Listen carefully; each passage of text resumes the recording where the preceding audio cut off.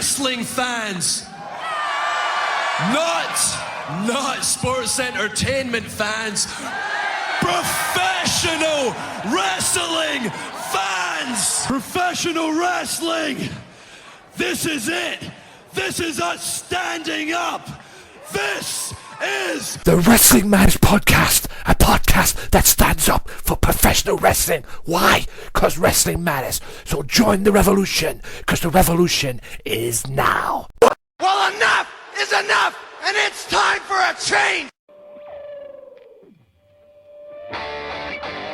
professional wrestling.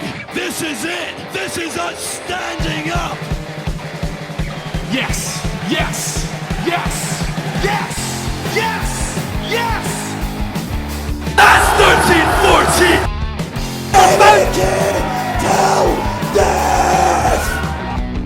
Cena, I am the best in the world. Cause that's the bottom line.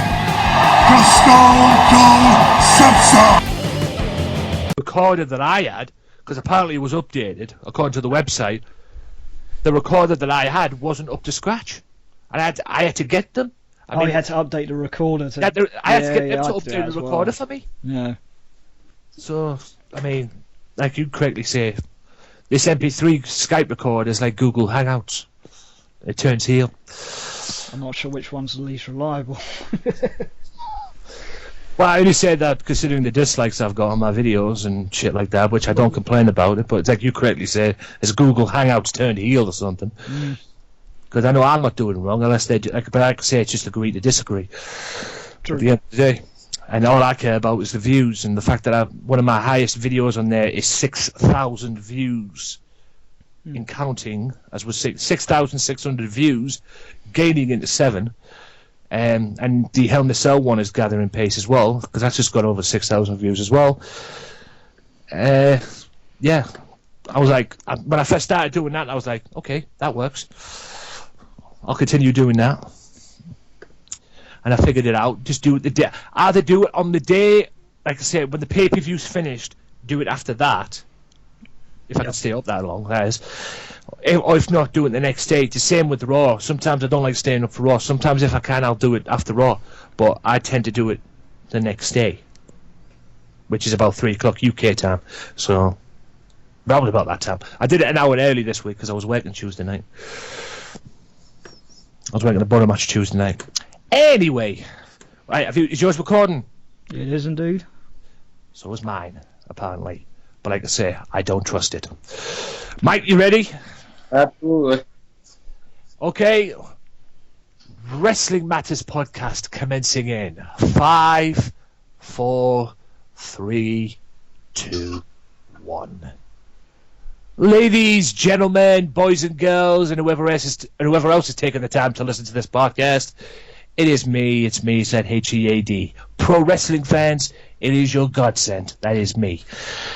I'm here today, ladies and gentlemen, with another installment of the most fastest up-and-coming podcast around. Shut the fuck up, phone. It is now time for the Wrestling Matters Podcast, episode 84, I believe. Yes, I am not far away from the hundreds. Yeah. Right, today's show, ladies and gentlemen, is going to be a little bit different. Normally I'd play the audio, but I'm not going to do that next week. I'm not going to do the audio of Raw this week, because we're going to talk about it in depth. That's right, guys. I said to you last week that I was getting guests on, and I deliver. Okay? I deliver. Mr. James Belmont has arrived, ladies and gentlemen. I said he was coming on last week, and he's here this week. What's going on, James? Not much. Just finish off this cup of tea. Great intro, by the way. Hey, I am to please. Yeah. I am to please. Creative intros by me. But, ladies and gentlemen, he is not alone. You're probably thinking to yourself, oh, maybe it's going to be Mr. Belmont. Yeah, it's going to be the head of Mr. Belmont on today's show. No. He's brought somebody with him. He said he had a surprise for me. And boy, oh boy, does he have a surprise for me. Because it's my nemesis from Beat the Clock, Mr. TNAand himself, Mike Rodrigues. Bada boom, smartest dude in the room. How you guys doing? Smartest dude in the room. That's debatable. Anyway. Hey, I beat you. I beat you and beat the clock, so it says it all, right? Yeah, only Right. because I was retarded. Just And even, say. I've even admitted this to this very day, and I'll still admit this to this very day. I had a retarded moment. And for those of you that don't know, ladies and gentlemen, the question was, where's Rob Van Dam from? I said Detroit, Michigan. It's Battle Creek. Battle Creek, Michigan, dude. And then it was No, no, Battle no. Creek. Was you having And a I full didn't 20 know that. moment or something? Yeah, something in my brain said Detroit. And They trust don't, me, they don't. yeah, and trust Hey. me, since that day, I have really had surgery to remove that certain thing that caused me to say Detroit. That was in my brain. Anyway, don't worry, I'll have my revenge. And for anybody who's watching this on Beat the Clock right now, or watching this on Sunday Segway, Kenny, I issue another challenge. I want my return match. I want redemption. Anyway, Monday Night Raw, 2nd of the 11th, 2015. Where the fuck was this from again? Where was this at again? I don't know, you said Rob Van Dam's from Detroit, Michigan, so this could be from anywhere. Yeah. Yeah. Probably India, if I remember saying. No, that's TNA soon. Oh, God. Yeah. And I have India fans as well. If the most of my majority have come, or most of my demographic on the Wrestling Matters channel, guys. Thank you for supporting the Wrestling Matters channel, by the way, ladies and gentlemen. Most of the fan base that I've got are from India, believe it or not. India, my top 3 countries are India, UK, and the USA. That's the God's honest truth. India. Didn't think I'd be able to get over in India, but I did. But anyway, this week, ladies and gentlemen, we're going to start with Raw. Like I said, normally I would play an intro, an audio from my Raw review that I've done on the Wrestling Matters channel, but I'm not going to do that this week because, like I say, I have guests. I'm not going to sit here and talk about it. I'm going to talk about Raw in depth. Now, there is a certain thing that I'm dying to get, and you know what? I'm going to do that first. A certain thing this week, ladies and gentlemen, that really pissed me off on Raw. We'll get to the other bits in a second, plus the main talking point and the main event. But I want to kick off this week with the Divas match. That's right. Number 1 contenders Divas match to determine the number 1 contender for Charlotte's Divas title at Survivor Series. Contestants were Sasha Banks, Brie Bella. Let me rephrase that. Brie, I wish I was Daniel Bryan Bella. Okay? Paige and Becky Lynch. Oh my fucking God, who's the cocksucker that came up with this idea? Nikki Bella? Probably. I wouldn't surprise me. I better not say that, actually. People might get offended and start tweeting me horrible things. Ooh. Bella's twins. Ooh. But what gets me is Charlotte won the Night of Champions, Divas title at Night of Champions. After that, Paige went CM Punk on her, basically, and Becky, and dropped pipe bombs. These two have been having, these two have been having beef since basically Charlotte won the Divas title. And then we fast forward all the way to this Raw. Name me one person right now, and the audience as well, and you two. You can't sit there and tell me when you saw this match on Raw, and you saw that this match was going to be on Raw, you can't tell me and say, oh, Paige has won that, hasn't she? You knew firsthand when you saw that match advertised, you knew Paige was going to win it. Yep. Because she was going to be, she's the fucking... They book her in a match to determine the number 1 contender where anyone with a fucking brain would knew that she was going to win the match anyway because she's been beefing with Charlotte. And at some point, we all knew eventually it was going to be Charlotte and Paige for the Divas title. It's going to be that Survivor Series, November 22nd. We all knew Becky Lynch wasn't going to win it because she's teammates with Charlotte in whatever's left of PCB. Sasha Should have been. probably should have won the match in retrospect. And don't get me started on Brie Bella. She was probably filling in for Nikki. But what gets on me is this. What they should have done with this, and whether you two agree with this or not, please vote your opinions when I'm done. What they should have done with this is done what they did with Roderick Strong in Ring of Honor. For those that didn't watch Ring of Honor last week, which I did, because I reviewed it on the last week's podcast, they booked straight away. He came out and challenged Jay Lethal for for another shot at the world title, but Nigel couldn't grant him that because AJ Styles was the #1 contender for the championship. So Nigel just basically on the spot went, boom, I'm not going to put you in the world title or give you a shot for the world championship. I'm going to give you a shot at the television title. And not to give you any spoilers, ladies and gentlemen, but I'm going to give you a little bit of spoilers right now. Roderick Strong's the Ring of Honor World Television Champion. That's what they should have done. But instead, WWE, or some clown who's writing, decided to put Paige in a #1 contenders match when we all knew she was going to be the #1 contender anyway. What they should have done is took Paige out of the equation, still had the #1 contenders match, still had Becky Lynch, Sasha Banks, and Brie, I replace Nikki Bella, still have them three in the triple threat match. And whoever won that gets a shot at the Divas Championship, but after Survivor Series.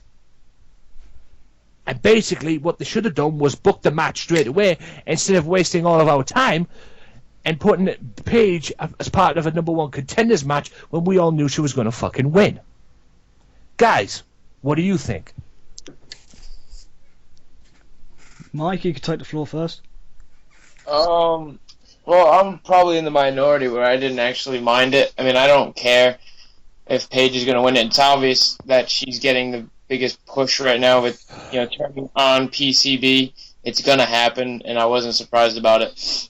But the fact that they gave them 13 minutes to actually try and showcase what they can do, I was proud of that fact. But again, Paige winning, no surprise to me. I'm not mad at it, because once you get that out of the way, then you can finally focus on others that you can put in that spot. So I really don't have that much of an issue with it. Belmont? I'm still scratching my head as where this Paige push has come from, especially because of the fact of where these NXT women have come in and all but bar Charlotte have actually done something. Sasha's over anyway, that's going to be fine. The triple threat that you was talking about, that might have worked. See, I was thinking that maybe you could make Survivor Series a triple threat, Charlotte, Becky and Paige. Maybe do a little dynamic and a teaser of a break between Becky and Charlotte, because I feel really sorry for Becky at the moment. That could have worked, something like that. But the thing is, WWE don't do forward thinking, so they just, I don't know, Paige is a strange choice to me. I don't understand why because she's kind of been floundering for a while, and then suddenly she's a great heel, she's getting this push, she's getting yet another title match, because God knows she hasn't had enough of those this year already. Or maybe they've caved into the fact that she was demanding, and and she actually spoke out about WWE Creative. I'm sure I read down the dirt sheet. She actually spoke out about them. That was the case for the pipe bomb. Oh, well, she took the piss out of the Bellas. Took the piss out of the Bellas, and yeah, but she said Becky was irrelevant, so straight away her fucking little pipe bomb was just a cheap heel tactic. Oh, it was a heel tactic, no doubt. But at the end of the day, we all knew it was a pipe bomb. Yeah, heat seeker, or heat seeker, whatever they want to call it. But at the end of the day, I don't agree with the bit what she said about Charlotte and her dad. Bit. The only reason she's got that's like saying Nikki's the only reason she's Divas Champion is because of John Cena. Well, there's some truth in that. In a way, some truth in that. Well, because I'll bring it back to that report was where they were going to make Charlotte win that title straight away after that little invasion with the NXT women. Yep. John Cena squashed it, so read into that what you will, but... Well, I knew that. I read that, and I mentioned that on the podcast. Yeah, Nikki's improved, but she's nowhere near as good as these NXT women. And they know it too. That's why they made the teams. Because if they didn't make the teams, no one would care about the current crop of diva. That's the only reason they did it. You know what the amazing bit about this was, right? Going back to Sasha Banks, and I reported this 2 weeks ago on my podcast. There was an article, and I even put it on the title. Sasha Banks turning babyface. The fans have done that though. Yeah, I was going to say the fans have already done that. Yeah. Oh yeah, WWE are going to turn her babyface. Correct me if I'm wrong. Is she not babyface already? Have you heard the reaction she gets when she comes out? Well, I think this current demographic, I think most heels turn out to be Exactly. more supported as a babyface than the actual babyface themselves. Because as a heel, you're allowed to be the extended part of your personality, which is usually what's going to get over because it's organic, and you believe it. You become invested in it. With babyface, they're just goody two-shoes guys, and you get bored of that, you don't like it, you start to resent them, hence we get John Cena. And from the sound of it, we ain't getting John Cena now for another 6 weeks. From what I've gathered, because the last match he had, which was at Hell in the Cell, that was his last match for a while. That's it. Hence why he lost the US title. It was over quick enough, wasn't it? Yeah. The last person I expected to come out of that curtain was Alberto Del Rio. Now, we'll get on to the... Have you got anything else to say about that, Mike? No, that's pretty much it. Okay, we'll move on then. Now, Kevin Owens versus Dolph Ziggler. Okay match. It was a good match, an okay match. But the main story was one Tyler Breeze. Where do you see this match happening? Because you know it's going to happen. Tyler Breeze versus Dolph Ziggler. Will they take play? Will they be on a team at Survivor Series, or are they going to wait for? TLC, or are they going to do it on Raw or SmackDown, which would be pointless? Raw maybe, but SmackDown pointless because at the moment right now SmackDown's a pointless show. What's your take on this? What's your take on the future of Tyler Breeze on the main roster? Go. Well, they have to have it at Survivor Series, either a one-on-one straight-up fight or have a traditional tag team Survivor Series match. Because I don't think they have one as of now. So I think that should be it. If they're going to do it either straight up or do it with a tag team, traditional Survivor Series. With Tyler Breeze coming up, I had a feeling he was coming up soon. I even said on Sunday Segway the last time I was there, which was a couple weeks ago, that Tyler Breeze was going to be the next one to come up.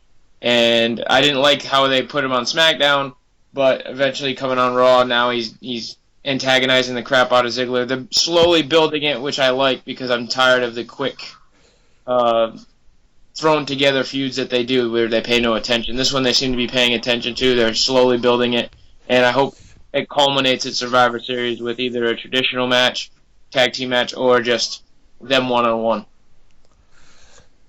James? I'm sitting here thinking, what are you going to do with Tyler Breeze 2 months from now? Because they just brought him on SmackDown, which was just lackluster idea at best. Yeah, pretty dumb. I thought that they'd bring. I thought he'd be the one that Hell in a Cell to take the US title. I thought that would have been good. Good way to bring him in. They stick him with Summer Rae, and then they throw him together with Ziggler, who hasn't done anything for ages. So they're going to run through this feud, probably last 2 pay-per-views, and then it'll be the blow-off, and then what are you going to do with Tyler Breeze? That's my theory on it. That's the question, the whole thing about this. Obviously, there's going to be a match between Ziggler and Tyler Breeze at some point. Yeah, there will be. There'll probably be 2, possibly 3. Depends how long they want to drag the feud out for before they just say, nah, move on. But what the thing, because basically the feud's been built around Summer Rae. If I had his eyes to believe. But what I don't get is this. This guy wasn't doing that much in NXT. No. What can you do with him on the roster? He was on a wicked losing streak as well. Exactly. He was on a losing streak in NXT. You never put any belts on him. Yes, you gave him good matches. You gave him caliber opponents, i.e. Jushin Liger, but he was a loser. He was on a losing streak. And don't get me wrong, Tyler Breeze is talented, but Well, it's the Rollins problem. If you're not credible, people aren't going to care. So when he came up to SmackDown, people are thinking, well, why should we care? Well, because it was on SmackDown, quite frankly. They should have done that on Raw. And you're putting him with Summer Rae, which is just like... That's something he did not need. I don't think anyone needed Summer Rae, to be fair. No, it's just beating that dead horse and trying to scrape together something from an angle that Lana single-handedly destroyed, which I'm quite happy about, but I don't know why they're still going with the Summer Rae thing. No one cares about Summer Rae. People want Ziggler to do well, people want Tyler Breeze to do well, but the problem is NXT staff and the main roster staff obviously don't communicate, because they obviously ain't going to do nothing with Tyler Breeze, I don't think. I can't see him doing anything relevant until next year. It sucks, but that's the way I think it's going to go.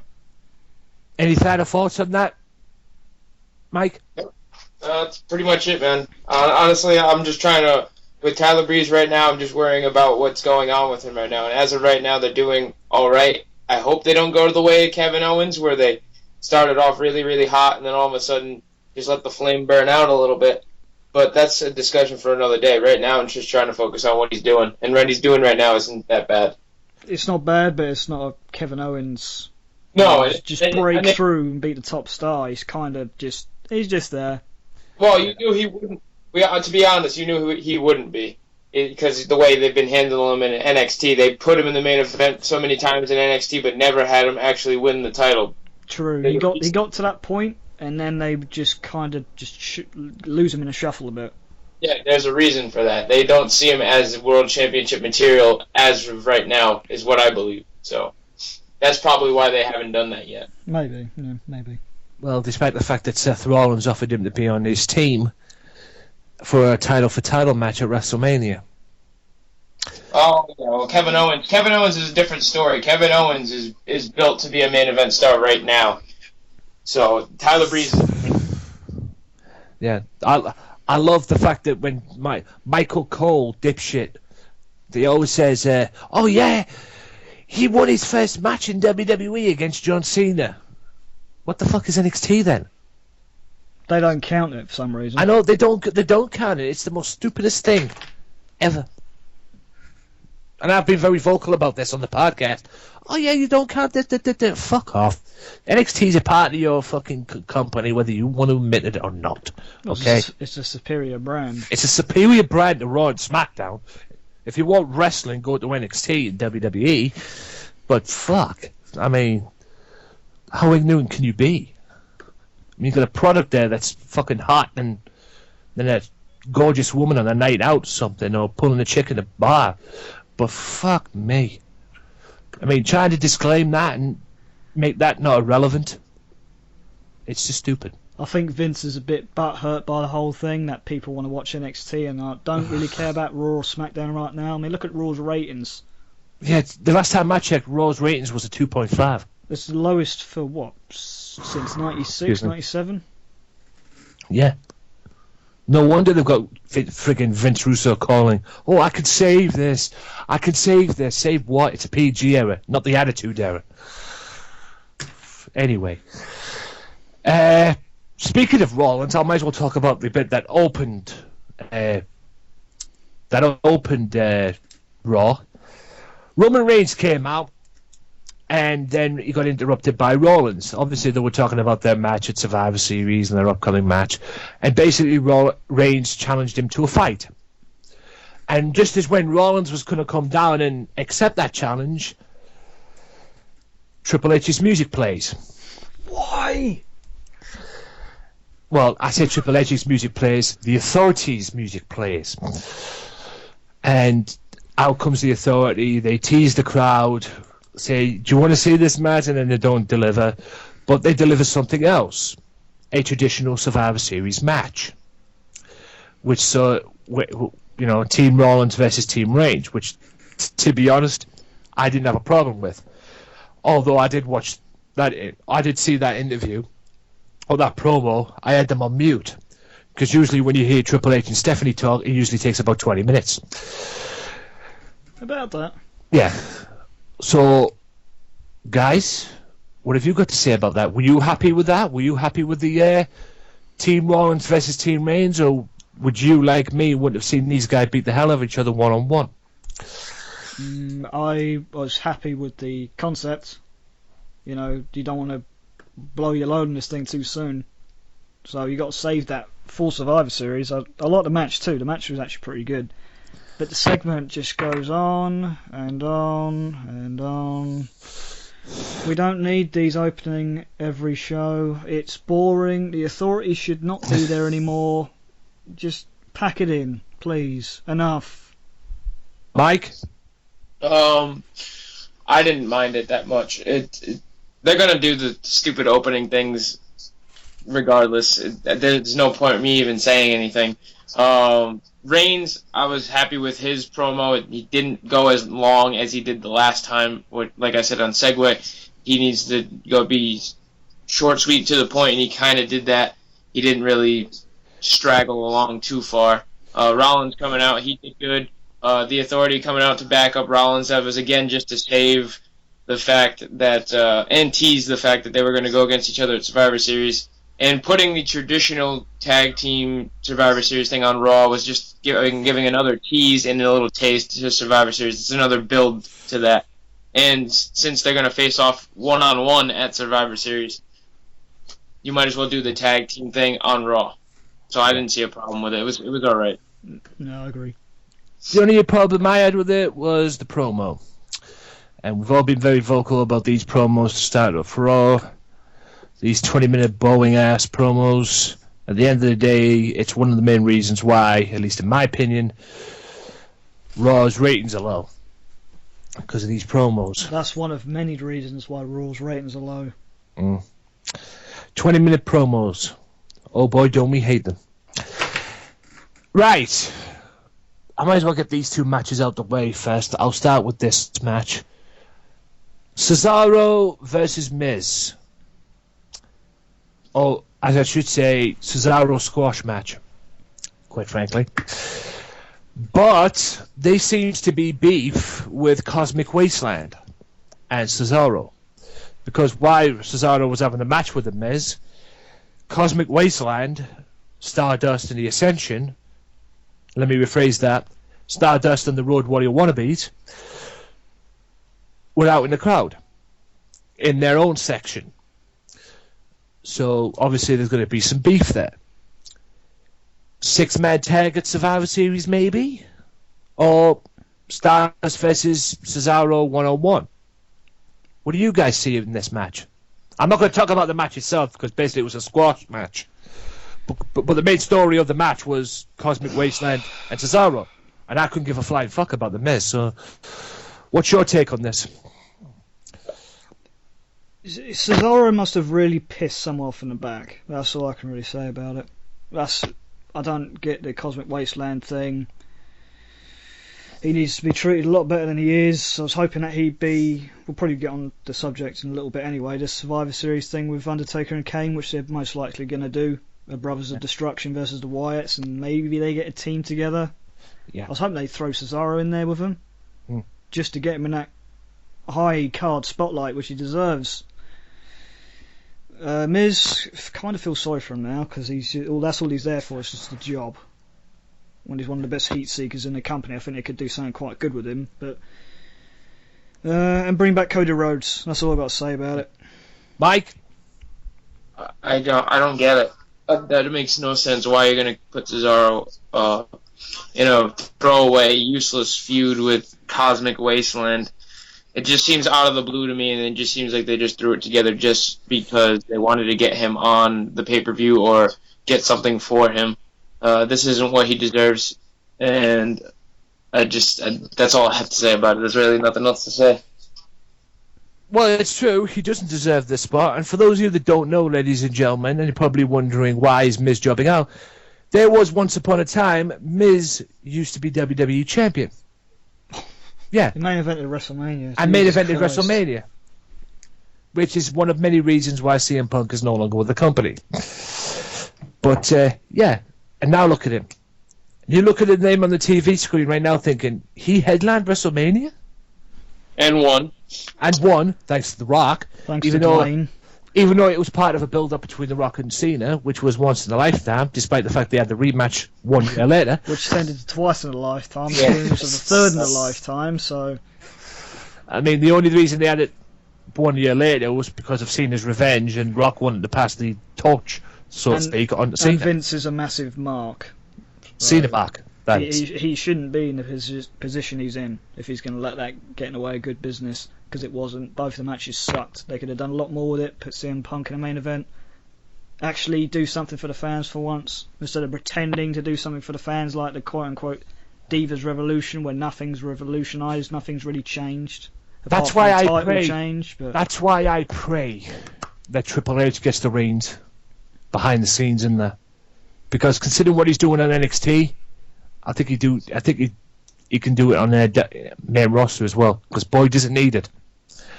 I mean, they need to go back to 2 hours as well. 3 hours is too much TV time. Yeah. I haven't watched a whole 3 hours of Raw for about 6 months. I haven't watched a good 3 hour show since. There was a few Raws, I would say that, but that was back when they were doing it once in a while, not the Super once Show. a week. Super shows. There was some good shows out of that. Don't get me wrong, but to be honest, I haven't watched a good 3 hour show, weekly 3 hour shows, since WCW. Because the difference between that is WCW's was live, and although Sky Sports have the actual show, the actual Raw live, because it says Sky Sports at the top and live underneath, so it's obviously live. But at the end of the day, it's just too much too soon. Rather, it's too much TV. Too much TV. They obviously do not have the capability to write 3 hours worth of television. It seems like the magic of writing a 3 hour show, like it used to be, has been flushed right out the window. Well, because they don't have bookers or competent writers for good storylines or feuds anymore. They got writers from, I've said this before, from teen drama series writing out these stupid feuds. This is why Ziggler's in the position he's in, and why Tyler Breeze will soon be in that position. Yeah. You don't have bookers making correct matches at the right times, apart from the odd occasion where they get lucky. There's no long-term planning. There's no proper feuds. All the championships, apart from the US title, mean jack shit right now, because they can't even book their champions correctly. Bar Kevin Owens, that's a work in progress. Yeah. Because the fact that they made Charlotte the Divas champion, of course I was happy with it. The fact that they've basically replicated the friggin' Paige title run where she's constantly fighting from underneath is wrong. Because you're bringing this woman up with the hype of a revolution, yet she struggles to beat Nikki Bella both times, where she should have just ran through it a second time to show dominance. There's no dominant champions anymore. And it pisses me off to the point of, why do I even watch this? It's sports entertainment garbage. That's all it is. That's why I watch New Japan Pro Wrestling. That's why I watch Ring of Honor, because they actually know what they're doing. They have vision. They know what they're doing. They're booking the right stuff. No. I definitely need to start watching New Japan again. I'll start watching some New Japan stuff, and if you could hook me up with some New Japan stuff, Mr. Belmont, I'll be greatly appreciated. Yes, I do have sites on there, but I can just never find the time or the right time to watch it after a show's been done, because I don't know I won't mention the website's name, but I don't know the website schedule of when they put them up, because they could have a show at the weekend and then 3 days later they could put the damn thing up. I don't know. Well, I'm going to get New Japan World at some stage. What's that? An on-demand service? Yeah. I think I might have to get that then. Basically WWE Network, but in Japan. Oh, I might have to get that. Part of the problem, because the actual signing up bit is in Japanese, so I need a manual for that to actually do it. Well, I've been sent one, but I've got to just get the time to do it.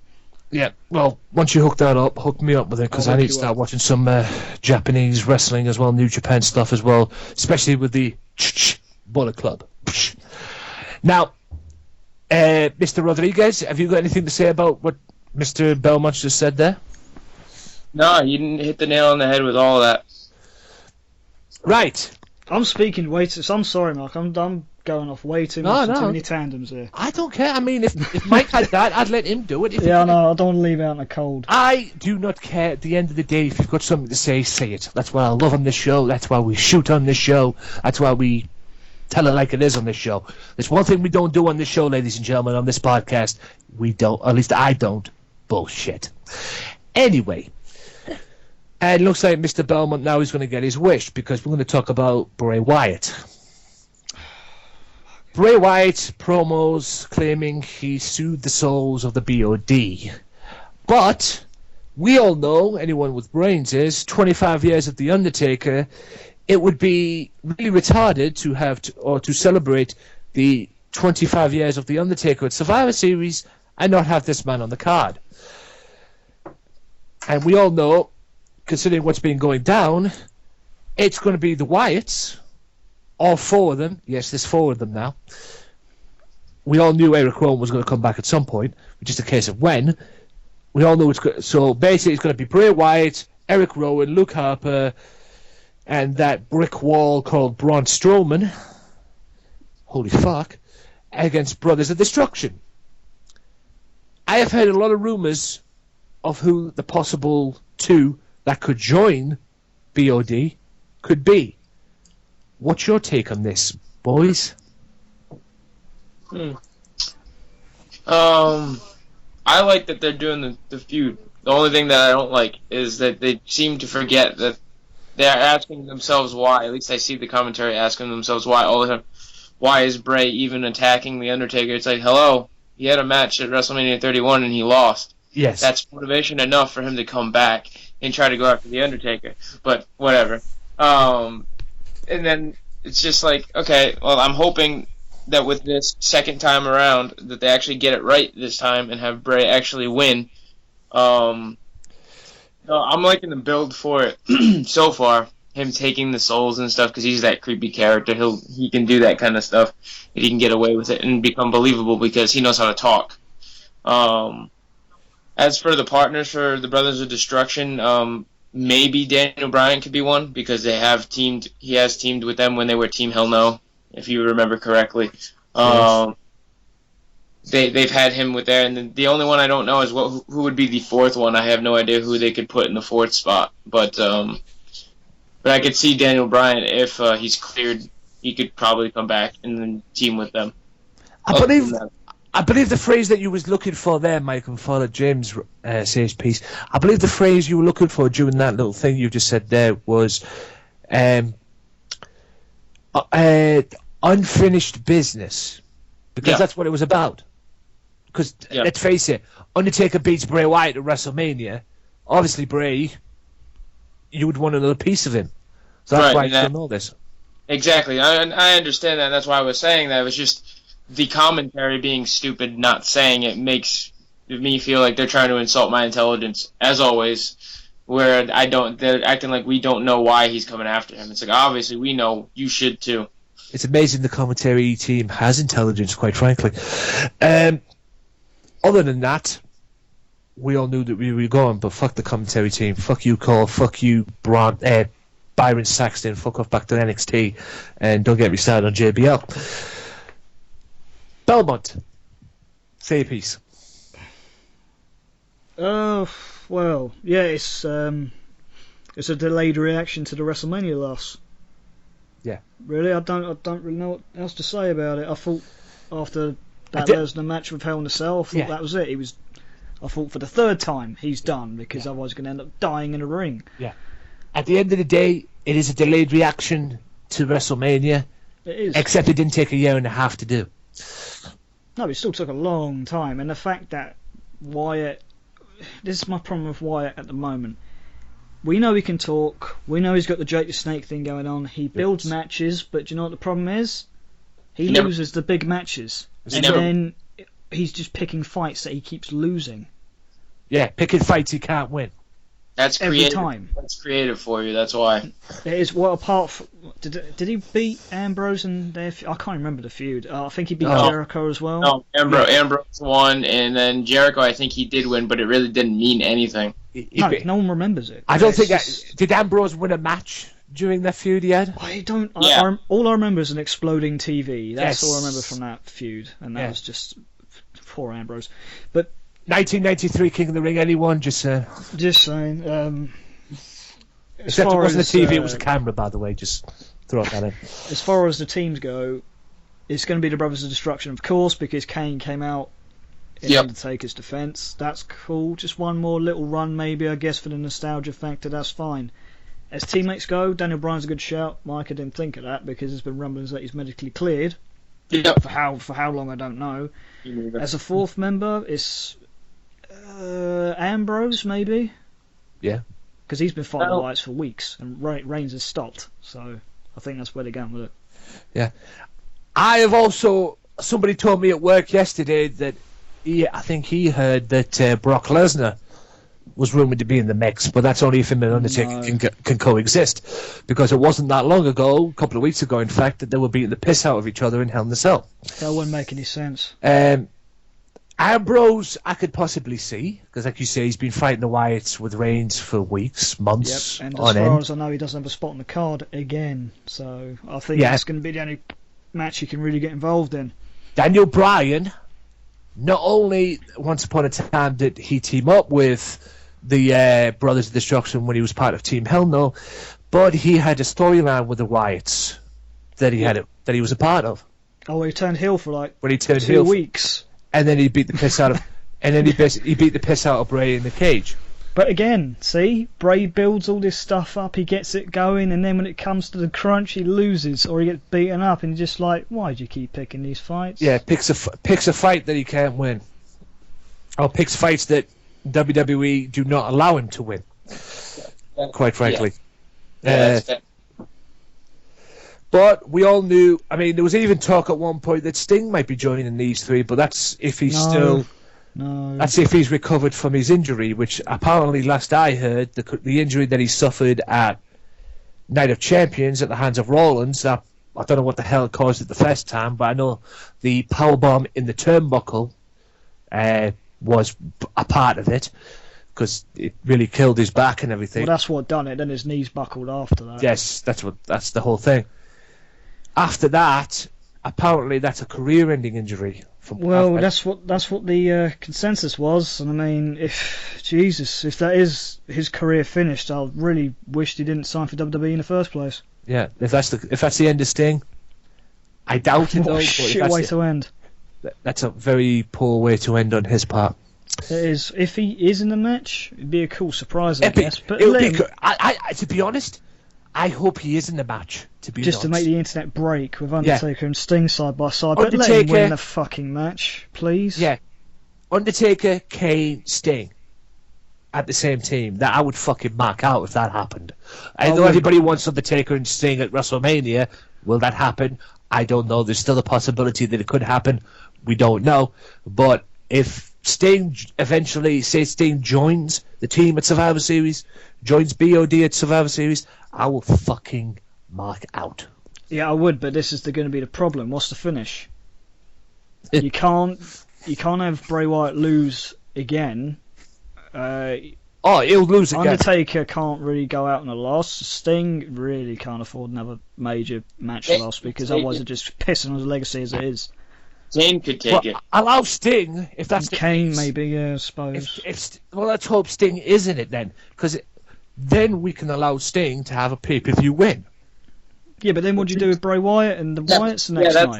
That's the problem. That is the problem right there. You're going at the expense of young talent again, and Bray's getting screwed over again, and that's a problem. And exactly, this is where the problem surfaced the first time, because of the effort and the way he built the match between him and Taker, when Taker did nothing, and then Taker just walk in, beat him, and then vanish again. Yeah, and then the next night, Bray's sitting there holding the bag, looking like, well, he's inferior. And what we got for you, we don't know. You talk about Bray getting screwed. Bray, in my opinion, has been getting screwed since WrestleMania. It's been screwed since that feud with Cena, which he should have won. Maybe going back to Cena. It's an arguable point going all the way back to Cena's. He walked into the door, he's been screwed. Yeah. His whole career has been summed up like this: built up, smashed down, built up, smashed down. Left in purgatory, built up again, and smashed back down again. Yeah, the only two feuds he's won is with Jericho and that bullshit with Ambrose. And no one remembers the Jericho feud. And nobody cares about the Jericho. No one cares about it, because the matches they weren't great anyway. Yeah, and Jericho, they weren't great anyway. The cage match, Jericho injured himself in the fucking cage. Idiot. And don't get me started on the Ambrose thing again. We could be. That was a waste of time. That was just a waste of time for Ambrose. That just made Ambrose look stupid. It did, yeah. He's lost 2 feuds on the spin in quick succession. And one to a retarded explosion of a TV that is kind of reminiscent to the 1993 King of the Ring. Except it wasn't a TV, it was a camera. Perfect way for Hulk Hogan to end his WWE, well, that WWE run, at least. Now, Lucha Dragons have been impressing me, don't get me wrong. But what the fuck are WWE trying to do with King Barrett and Sheamus? Is what I want to know. King Barrett mentioned on the dirt sheets that he wanted to be a tag team. It seems he's got his wish. He's a tag team with Sheamus. But are these two meant to be a strong tag team? Or are these two basically being put together to drop to teams like friggin' Lucha Dragons, for example? No disrespect to Lucha Dragons, but it doesn't make any sense to me. Take it away, please. Well, it makes perfect sense to me in a way. Again, it goes back to the young talent thing. They see what they had with the Lucha Dragons in the beginning. The fans instantly loved Kalisto and Sin Cara. So now they're trying to rebuild them back up. They had the vignette for them. Then they built them back up with that win against Sheamus and Barrett. So they mean business. And they're trying to build up more tag teams. And that's what they're doing with the Lucha Dragons. And I have no problem with it. And I don't think Barrett and Sheamus really have that much problem with it. It's their fault they made Sheamus the Mr. Money in the Bank. It's their fault that they made Wade Barrett the King of the Ring. That's on them. That's the point, Mike. That's the point. I know it is. That's the point I don't get. These two, like you correctly say, one of them is Mr. Money in the Bank, and the other one's supposed to be the fucking king. But that's exactly what builds up the credibility of the Lucha Dragons getting a win. And like I said, I have no problem with the Lucha Dragons winning. And Absolutely. I agree with you on that. I got no problem with that whatsoever. My problem is the way they're using King Barrett and Sheamus. One of them's supposed to be a king, and the other one's Mr. Money in the Bank, and they're losing. I mean, these two... The King of the Ring hasn't meant anything for years. Exactly. If you win that, it doesn't do anything for your career. Same with the Money in the Bank briefcase. It's just a curse of the briefcase. Everyone in recent memory that I can remember that has won it lose constantly and then pick their spot, become champion, and then do fuck all with it. The last time the King of the Ring meant something... The last time the King of the Ring meant something was back in 2002. I was going to say 96. No, when it was on pay-per-view. Right? Back when it was on pay-per-view, please bring King of the Ring back on fucking pay-per-view. Okay? I don't care what you have to remove, but King of the Ring needs to be back on pay-per-view. The last time it meant something, and this is what they should have done, and I've mentioned this on Sunday Segue as well, Brock Lesnar was the last King of the Ring. That meant something. The last legit King of the Ring. The last legit King of the Ring. The last time it actually helped a career rather than slap a stupid gimmick on them and make them just a joke, basically. It helped many other careers as well, except Mabel. It helped many other careers as well. But that was the last legit. 2 months later... 2 months later, when Brock Lesnar won it, guys, 2 months later, he was in the SummerSlam main event beating The Rock for the Undisputed title. Yep. Yeah, that was the Why thing can't that they do that? Yeah, that's the thing it used to be. If you won the King of the Ring, you got a world title shot at SummerSlam. That's what it used to be, and now they don't do that anymore. Do you know why? Because they don't care about King of the Ring. Yeah. They don't care about it. Yeah. Oh, I They know, just absolutely. tacked it on just to appease us and It's then just something to do. I mean, screw it up. The fucking show they did on the network when Wade Barrett won it was ridiculous. Yeah, it's just a name. They wanted you 3 to matches in 1 hour. Yep. Okay. 3 matches. Yeah. Oh, yeah, let's do the King of the Ring show. There was no matches on it. We'll just put 3 matches in 1 hour. Fuck off. But then why do they have to keep making the winner of that? Why do you have to slap a king gimmick on him and make him just a joke? I don't understand. That's why I'm glad Neville didn't win, because it would have been like King Neville or King some Neville, stupid King killer. Barrett, King Booker. You just think, King oh Booker god. that it worked on. King Booker is the only one that it actually worked on. He kind of did. He did get the title, but that reign, man. Yeah. What was the point? Okay. Bret Hart wins King of the Ring in 93. Apparently he was a 2-time winner as well. But this is going back to when it was on pay-per-view. King of the Ring winner, the very first King of the Ring winner on pay-per-view. 94, Owen Hart. Both of them got something out of it. And Owen eventually got something out of it, although he didn't get a title run with it. No, Title run out of it. No. Surprisingly, but he got something out of it. Okay? 95, Mabel got jack shit out of it. I don't give a fuck what anyone says. He got jack shit out of it. Okay? The only thing that he got out of that was a match with Diesel at SummerSlam. And that's hardly a good result. And that's not a good. And that's, you know, and we all know Diesel was the man back then anyway, so he was not getting anything out of that anyway. 96, Stone Cold. Look what happened to him in 98. 97, Triple H. Look what's happened to him. 98, Ken Shamrock. He didn't get any WWE titles or anything like that, but he got something out of it. 99, Billy Gunn. No, he got the Intercontinental Championship out of it. I think that was as good as he got. I think that was as good as he got out of that. Yes, he was mainly a tag team specialist, but he got the Intercontinental Championship out of that. 2000, Kurt Angle. A couple of months later, he beats The Rock at No Mercy for the championship. 2001, Edge. Look how that turned out for him. 02, Brock Lesnar. 2 months later, he beats The Rock. What the fuck has happened to that? Why can't they do that again? Like you correctly say, James, yes, they don't give a fuck about the King of the Ring. It's not, at the moment right now, it's a gimmick. That's all it is. It is just a gimmick. It's just a name. It's just for namesake. It doesn't mean anything. It doesn't mean shit. Well, like I said earlier, they don't have bookers anymore. They got writers. Yeah. Doesn't mean shit. Huge difference. And this is what gets, I mean, and the fact that Sheamus is Mr. Money in the Bank, and he's in stuff like this, I mean... Well, the thing with Sheamus winning the Money in the Bank, it should never have happened. I was cool with it because no one expected him to win. Am I right? You didn't expect him to win, did you? No, I expected. Everyone thought Roman. Everyone was pissed off at Roman because everyone thought Roman was going to win it, cash it in, become champion, which for some reason no one wanted. He didn't win it. Sheamus got it, snuck through the back door. Yeah. Everyone still bitched and moaned about it, but they didn't. But again, they didn't do it correctly. That's the thing. They didn't do it correctly, and plus, I think the reason why they didn't want Roman to win it because of the Royal Rumble shit that people because the Royal Rumble shit. Yeah, but he got the heat for something that wasn't his fault. He was a victim of circumstance. It's not his fault. I agree, but the reason why they didn't want to do it is because I think they wanted him to get the title shot or get a chance to be champion, you know, without the briefcase. I think that's the way they're going. That's why I picked him to win the Bray Wyatt. Yes, Bray Wyatt lost. That's why I picked him to win the Hell in a Cell Bray Wyatt.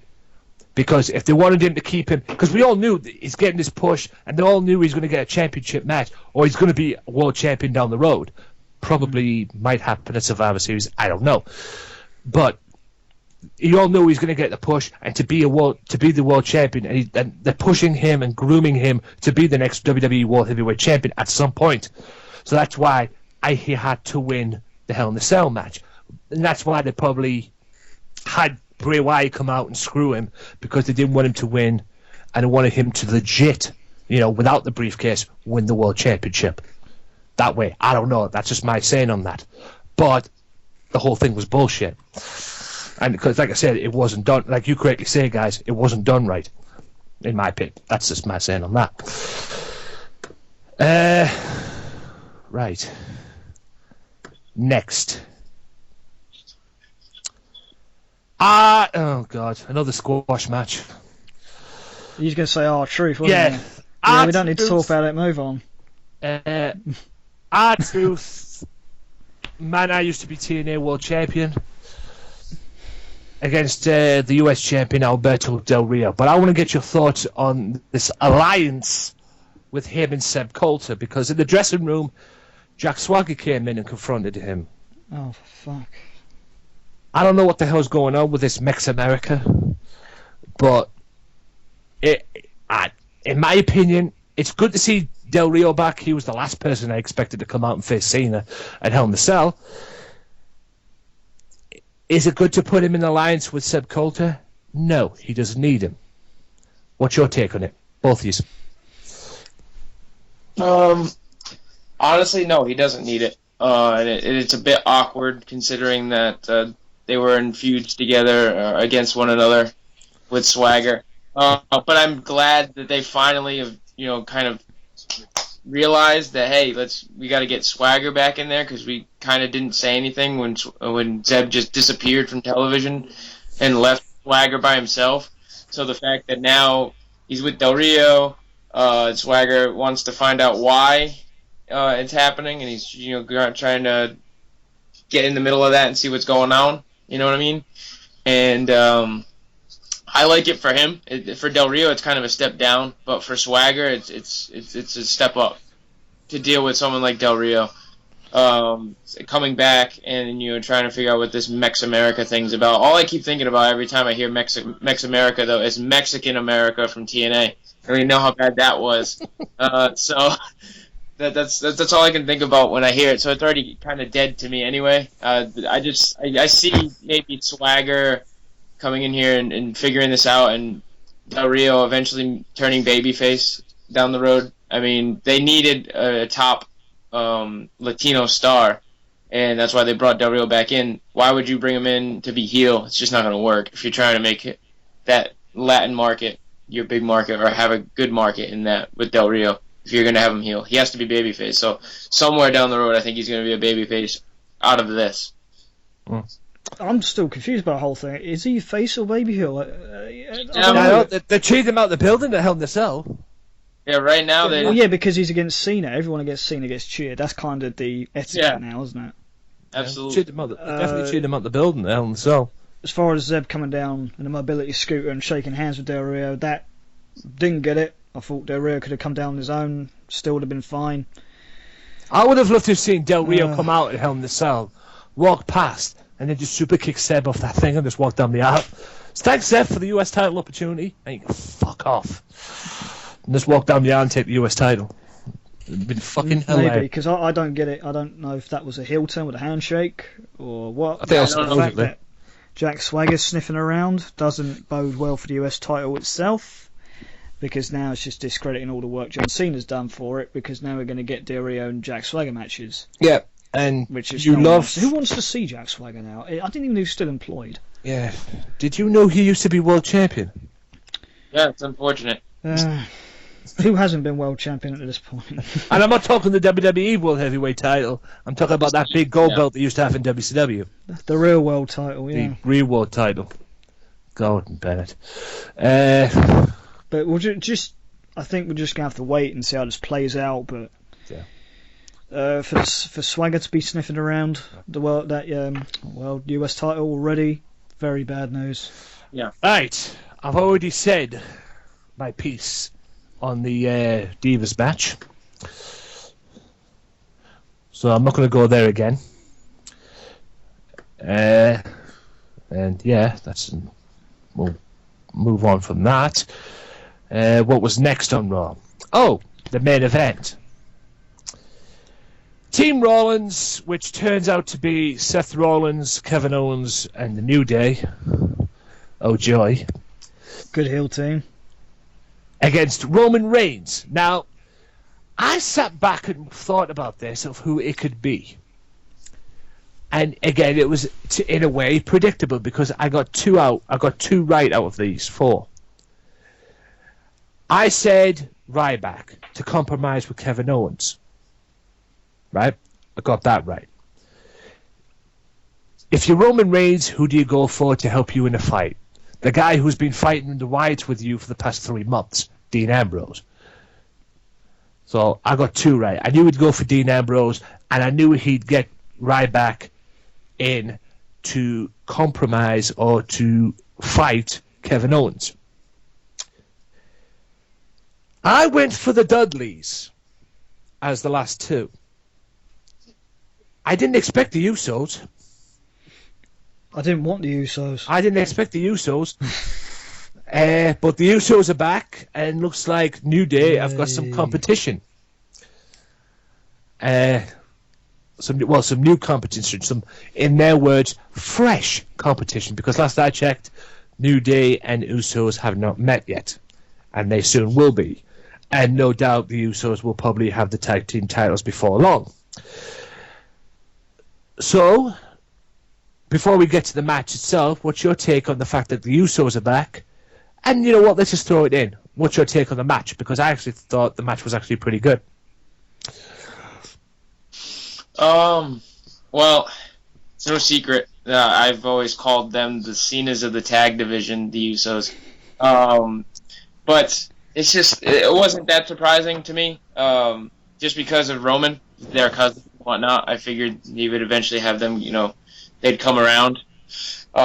Especially after, what was it, Jay or Jimmy that got attacked by the Wyatts. I was going to say, the last time I saw one of the Usos, he got choked out by the Wyatts. Got choked out by the Wyatts, and Roman was trying to go help him, and yeah, that whole deal. So it didn't surprise me that much. As for the match itself, a traditional tag team Survivor Series match, I always enjoy those. I love seeing that, because you love seeing certain characters mesh that you don't see mesh with each other all the time, or they get together and you see how they work.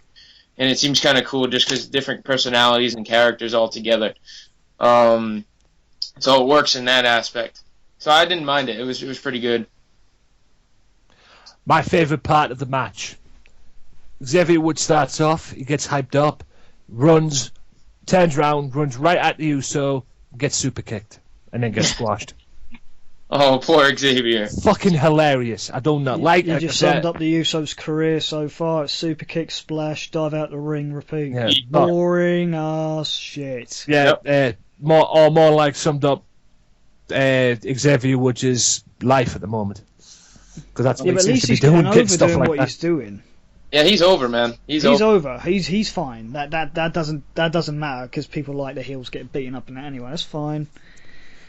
The match itself, as Mike said, the 5-on-5s, I do enjoy. I do like those matches. Usually, there's one exception of a Divas one that happened, but I'm not going to go into that. I'm not elimination by missile drop kick, but yeah, it was a good match. Rollins doing the same old shit, running away at the end with clasping a title, looking scared, boring. Same stuff again. Same stuff again. Yeah, Usos still don't like him. Ambrose, he probably should be getting another world title opportunity. He's the best worker out of the three. He should be getting a world title.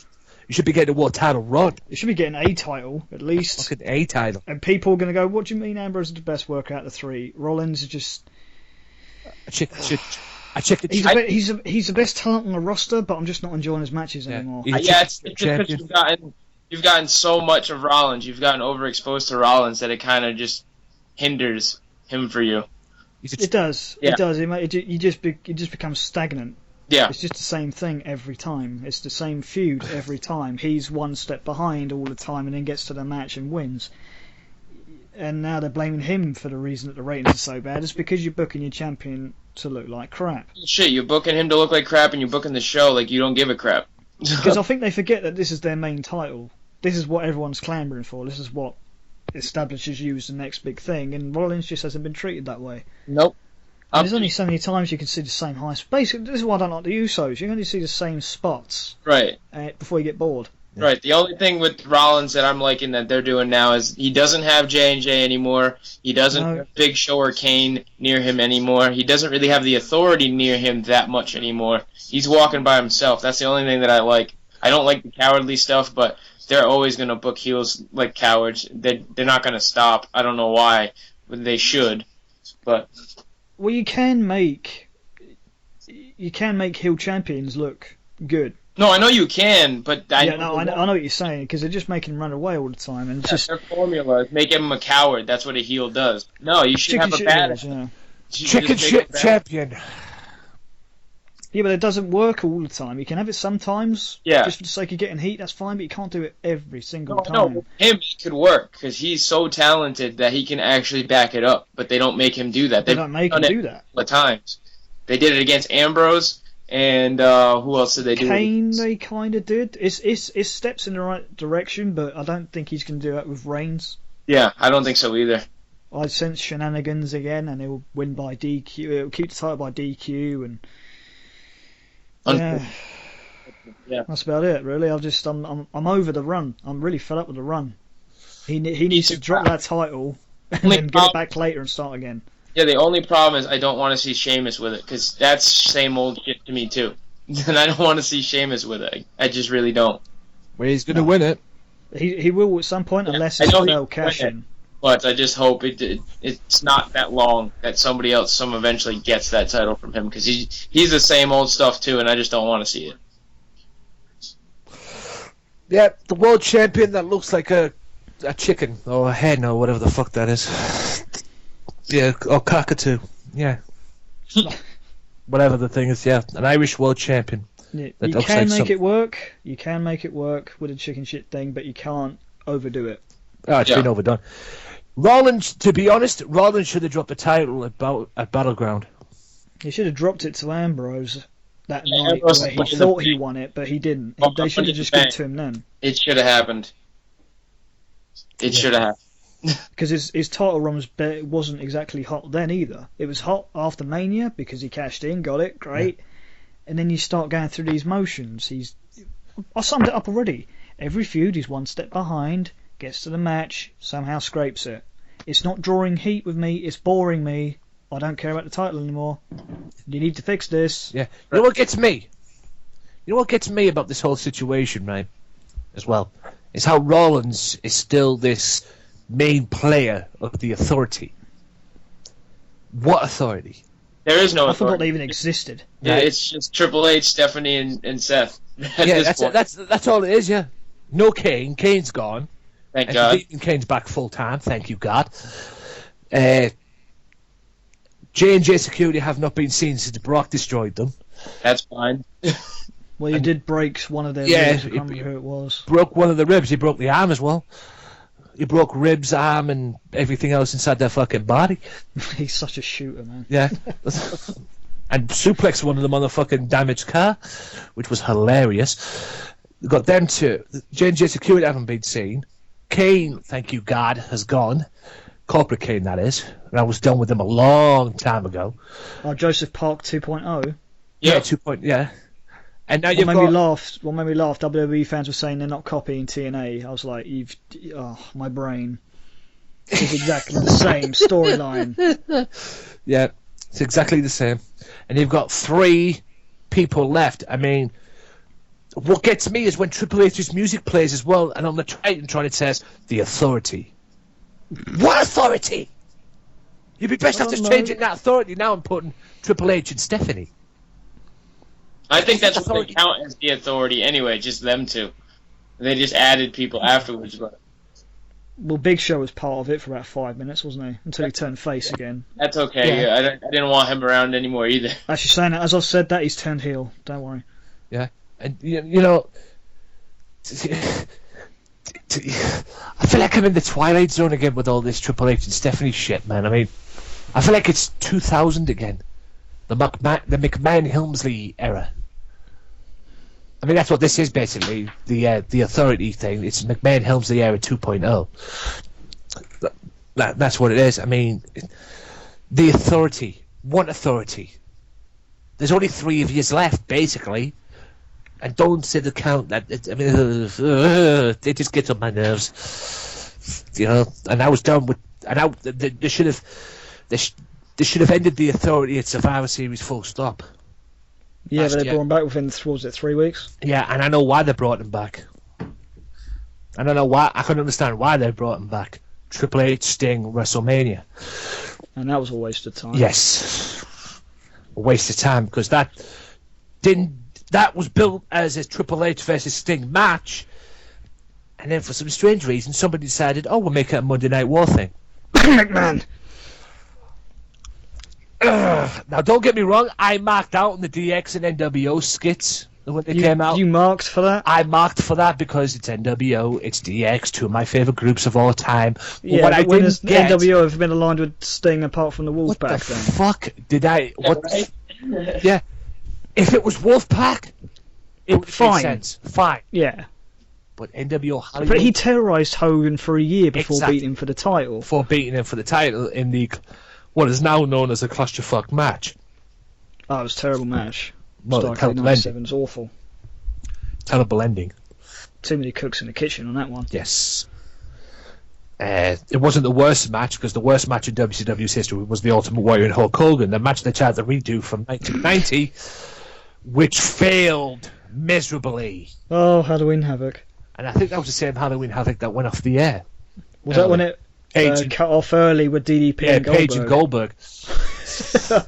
Which was the ultimate downfall in WCW. Well, that was a big hit. And it's a good thing that WWE has got their own network now, because if that had happened to them, they would have had the same fate. So it's a good thing they could do that on their own network. Because like I say, if they could have a 3-hour pay-per-view, if that they overrun, they could basically just book a 3-hour pay-per-view and then go an extra half hour. Well, they could do what they want. Exactly. But WCW didn't have that, unfortunately. No, they tried to take the mick and it backfired because they just cut it off. Yeah, they tried to take the mick because a few matches went over the time they had, and like I say, like we correctly say, it backfired on them. Although it did get them a good rating on Nitro, because they replayed the match on Nitro. Yeah, the match that people paid to see the night before, so then they get it for free. Basically, it's Impact.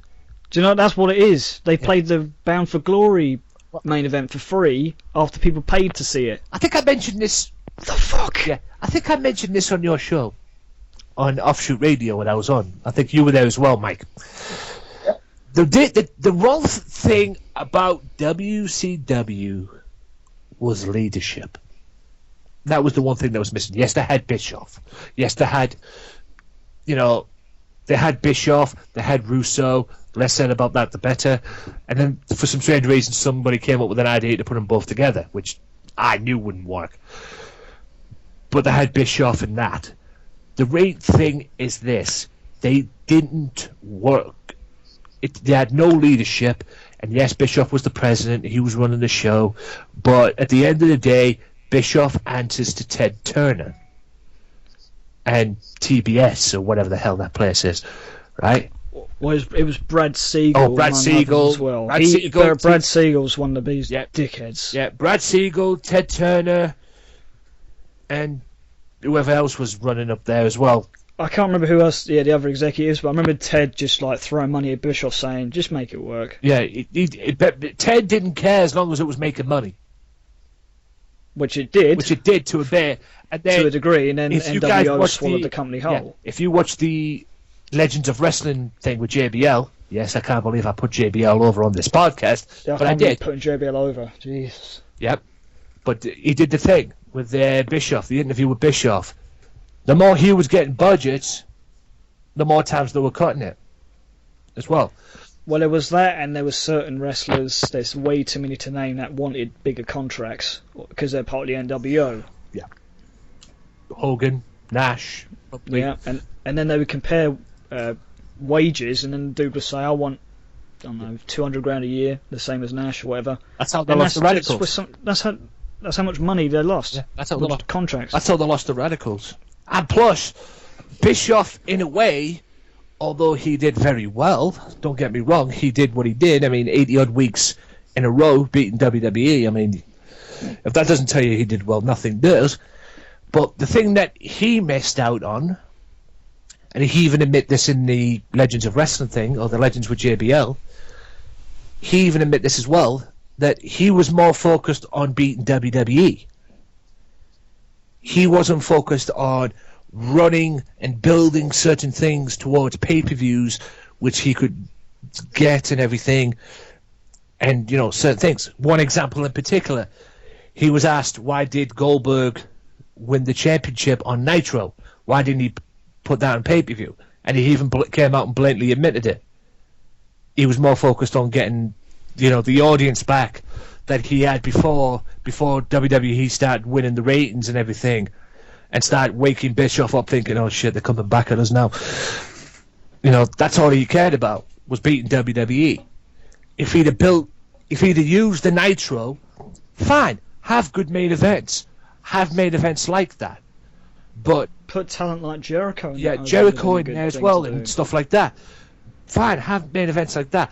But you've got Nitro and all you're focused about is beating Raw. That's okay, because you want the ratings. It's all about the ratings, and the best ratings you're going to get is on Nitro. Maybe Thunder, but it's not. But that's Thursday. This is Monday. What you failed to do was used in Nitro to build towards pay-per-views, because you could have had some of the matches that you had on Nitro, for example, Goldberg, Hogan, you could have had that on pay-per-view and drew a lot more than you had in the thing, on the Nitro show.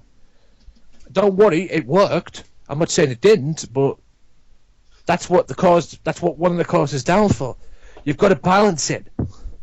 I mean, if you're going to do that and just focus on Nitro, you'd be best off scrapping all the pay-per-views together, and that wouldn't have worked.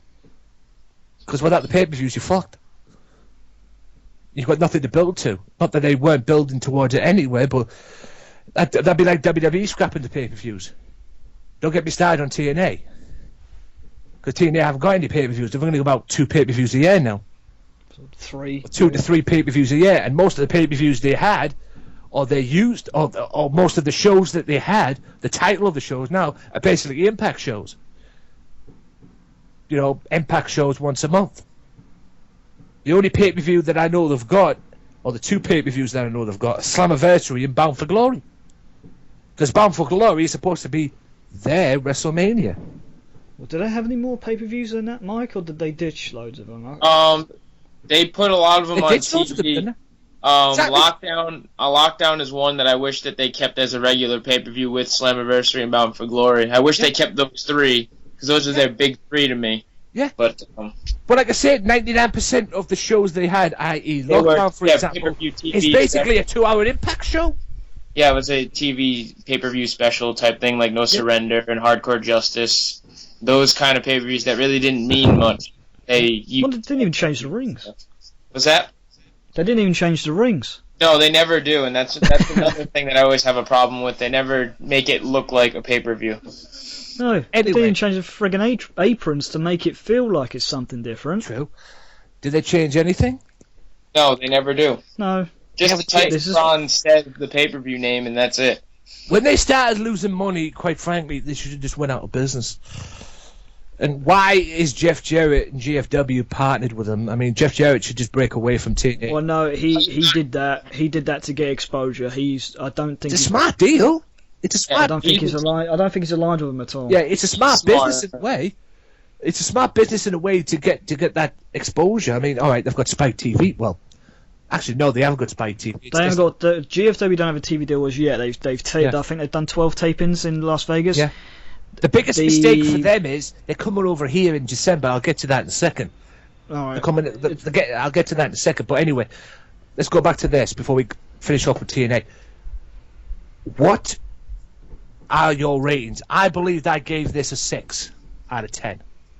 And a 3 out of 5 in my terms. I gave this a 6 out of 10 in Sunday Segway terms. So what's your ratings for Raw out of 10?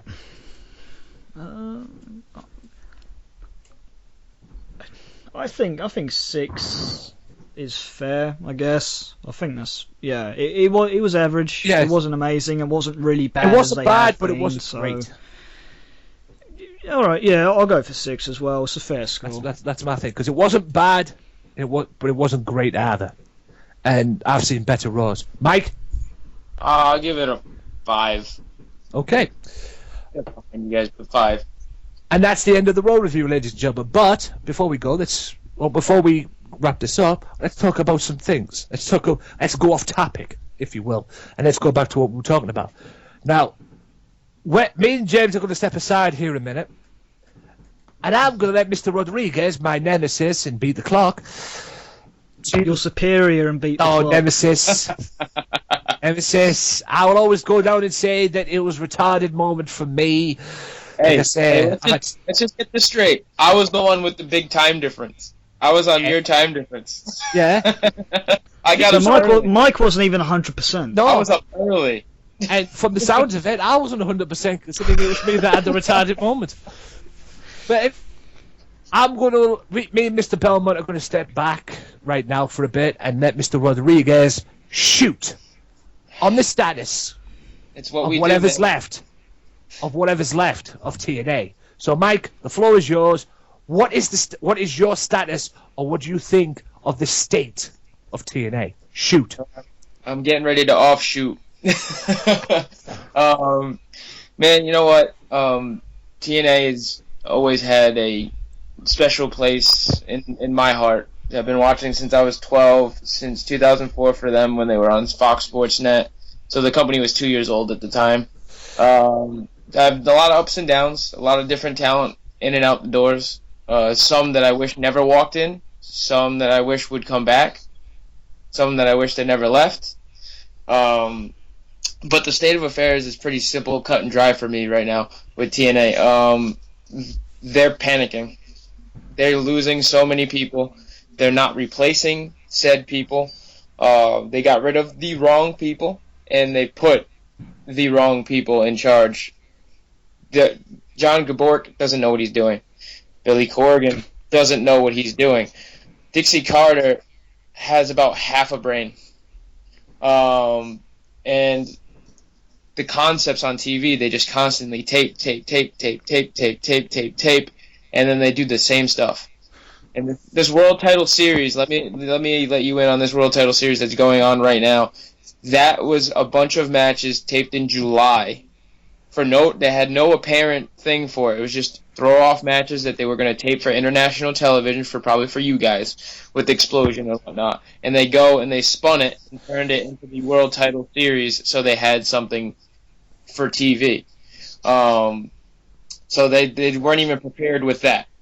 And then you got Destination America, who are treating them like shit, and they have been for the last year, getting rid of everything that they promised them they were going to do, more television shows, more promoting. They got rid of all of that, and now they're going to get rid of them pretty soon at the start of 2016. And so TNA is talking with New Network again, and it's the same stupid cycle of crap that's been going on the past year. But I'm telling you right now, the things that are wrong with it is they need to be on a wrestling network, and they need to make sure that it's permanent and that they're not going to have themselves backdoored and get out. They need to replenish talent. They need to stop letting WWE go into every indie promotion and take every one of their best and then signing them up to NXT. Because that's the big problem. They're taking all the talent, and TNA doesn't go and get new talent. They just let them leave, and then they don't replenish. And then it gets stale. And then you got people who come from different other companies saying that they're free, and they're not. Hernandez. Screwing up the whole entire BDC. So you lose Kenny King, who goes back to ROH, and you lose MVP, who I don't know what MVP's doing now. And then you lose Low-Key, and then you have Joe leave, and you have AJ leave. You have all these people leave, but you don't put anybody back in their spots to fix it. And that's the biggest problem. They have not fixed their roster. They just let people leave, and it gets to the point where I even am watching the product now, and I don't want to watch the product now. I do it because I have to, not because I want to. And that's the saddest part it's gotten to with TNA for me. I don't even enjoy the product anymore, and that's sad, considering that I love them. And it's like a kid, it's like my child. You no matter how much bad shit they do to you, you still want to love them at the end of the day, but it gets to the point where you just have to say, enough's enough. And that's where I'm reaching with TNA at this point. And if they don't turn it around and start replenishing talent and start putting the right people in the right places, they're done. They're done. They're done. That's it. Mike Rodrigues, ladies and gentlemen, only here on the Wrestling Matters podcast. Did you get that? But I want to go back to what you were saying there about TNA, and particularly the Hernandez situation. But just to refresh your memory or to enlighten you in what you were saying, yes, they got rid. Yes, the Hernandez situation came in. You know, an MVP left, blah blah blah. I can tell you what happened because I read on the dirt sheets. I know what happened with Lucha Underground. Yeah, he lied. Said he was done with Lucha, and he wasn't done with Lucha. And he tried to come into TNA, told them that he was a free agent, and he wasn't. Yeah. Yeah. And so he lied. Yeah, but it was MVP that recommended they bring him in. That too. That's another thing. I think maybe because Hernandez told MVP that, no, I'm good. He probably told him he was good. Yeah, then Lucha said, hang on, no, he's still under contract. What are you using him on TV for? Right. Take him off. And then we were stuck with, we're still stuck with documentary pieces to fill in the time. Yes, the anniversary. Yeah, but the thing was, that's another thing that pisses me off. Why are you playing replays of pay-per-view matches? Because they had so many things shot with Hernandez and the BDC, and Lucha Underground's like, no, you can't use that. He's our talent. You can't use it. That's another the disadvantage of why they shouldn't be taped, because of shit like this. And another thing as well, going back to what the thing was saying, guys, for those of you that don't know, MVP recommended Hernandez. TNA didn't check this, apparently, from what I read. They didn't check. Shocker. They didn't check that Hernandez was a free agent or not a free agent. They soon find out that he's still under contract to Lucha Underground. So what do they do to cover their backs, according to this dirt sheet that I read? What do they do to cover their backs? They fired MVP. They fired him. They instead of blaming themselves, all right, yes, MVP recommended it for what I read, for recommended Hernandez, they go and get Hernandez. Because they didn't check. I mean, if you go into an interview and somebody wants you for a job interview and, you know, they want you, they say you can take on, they usually double check or get references from you. You could sit there and say, oh, I'm a hard worker, I'm this, and this, and everything like that. They still want references. They still want a reference, just a little proof, or they go and phone your previous employer and ask him or her what you are like in that job. That's another... Dixie hires people for the office that are fresh out of college. They don't know what they're doing. Yeah, exactly. Do you know what they done? They did their single stupidest thing you do in a pro wrestling business. Take someone at their word. Yeah, you never do that. And I think never do that. What a they nice should have learned that from Vince McMahon. They should have learned that from Vince McMahon, because apparently Vince McMahon took Lex Luger at his word at one point. Yeah, he did. Yeah. Oh yeah, I'm staying with the WWE. I'm staying with now the WWE. Now WCW. Next night he's in WCW. Well, he learned from that because now they have a 90-day no-compete. They have a 90-day no-compete for when they leave. Now they do. Bullshit. 90-day no-compete. Yeah, right. That's how he covers his ass now. That's how he covers it. Yeah, that's just bullshit. I know. That's it. Yeah, exactly. It's like you correctly say. It's bullshit, but it's at the end of the day, it's to cover Vince's ass. Yeah. It is. As far as TNA goes, it's on its last legs. Yeah, I've barely watched it for the TNA make 5 weeks. Excuse after excuse after excuse at times. Just when you think there's some semblance of credibility about them. Well, they had it. Yeah. They had it with EC3 as champion. They had it. That was their last chance. Yep. That was their golden goose. He was the man. He's the best heel champion in pro wrestling at the time. He was better than Rollins, kicks the shit out of his reign. Yeah. Lost it way too soon for the sake of a feel-good moment that... Yep. It's just... It was pointless. It should have happened anyway. Yeah. And then you're relinquishing your main title on YouTube. Yeah, because it's a stupid storyline and a junky storyline. Exactly. And then you're throwing together a tournament that not even James Storm knew about, which are still running matches of him on TNA programming. It just makes the company look so bad. Yeah, and that's why people, ladies and gentlemen, are probably watching. Like I said to the guys here off air, that's why people are watching TNA right now and thinking, James Storm's on, yay! And then they go and watch NXT. He was on NXT. And they go and watch NXT and they're like, what the fuck? Why is he on NXT and he's still on TNA? Because Impact don't think things through. No, they don't. Impact do not think things through, and that's why they've had all these financial problems. That's why Hogan's their biggest financial. No, Hogan was the... Yeah, exactly. Mike's right. Hogan was the reason. Yeah. And he brought his daughter in. He did that stupid little team-up thing with Bischoff again, where the shows were running about 14 minutes of wrestling out of a 2-hour show. WCW 2.0. Took shitloads of money, cut the company's throat because he was embarrassed and left. Putting them on the road when they weren't ready. Put them on the road when they weren't ready. WWE when they weren't ready.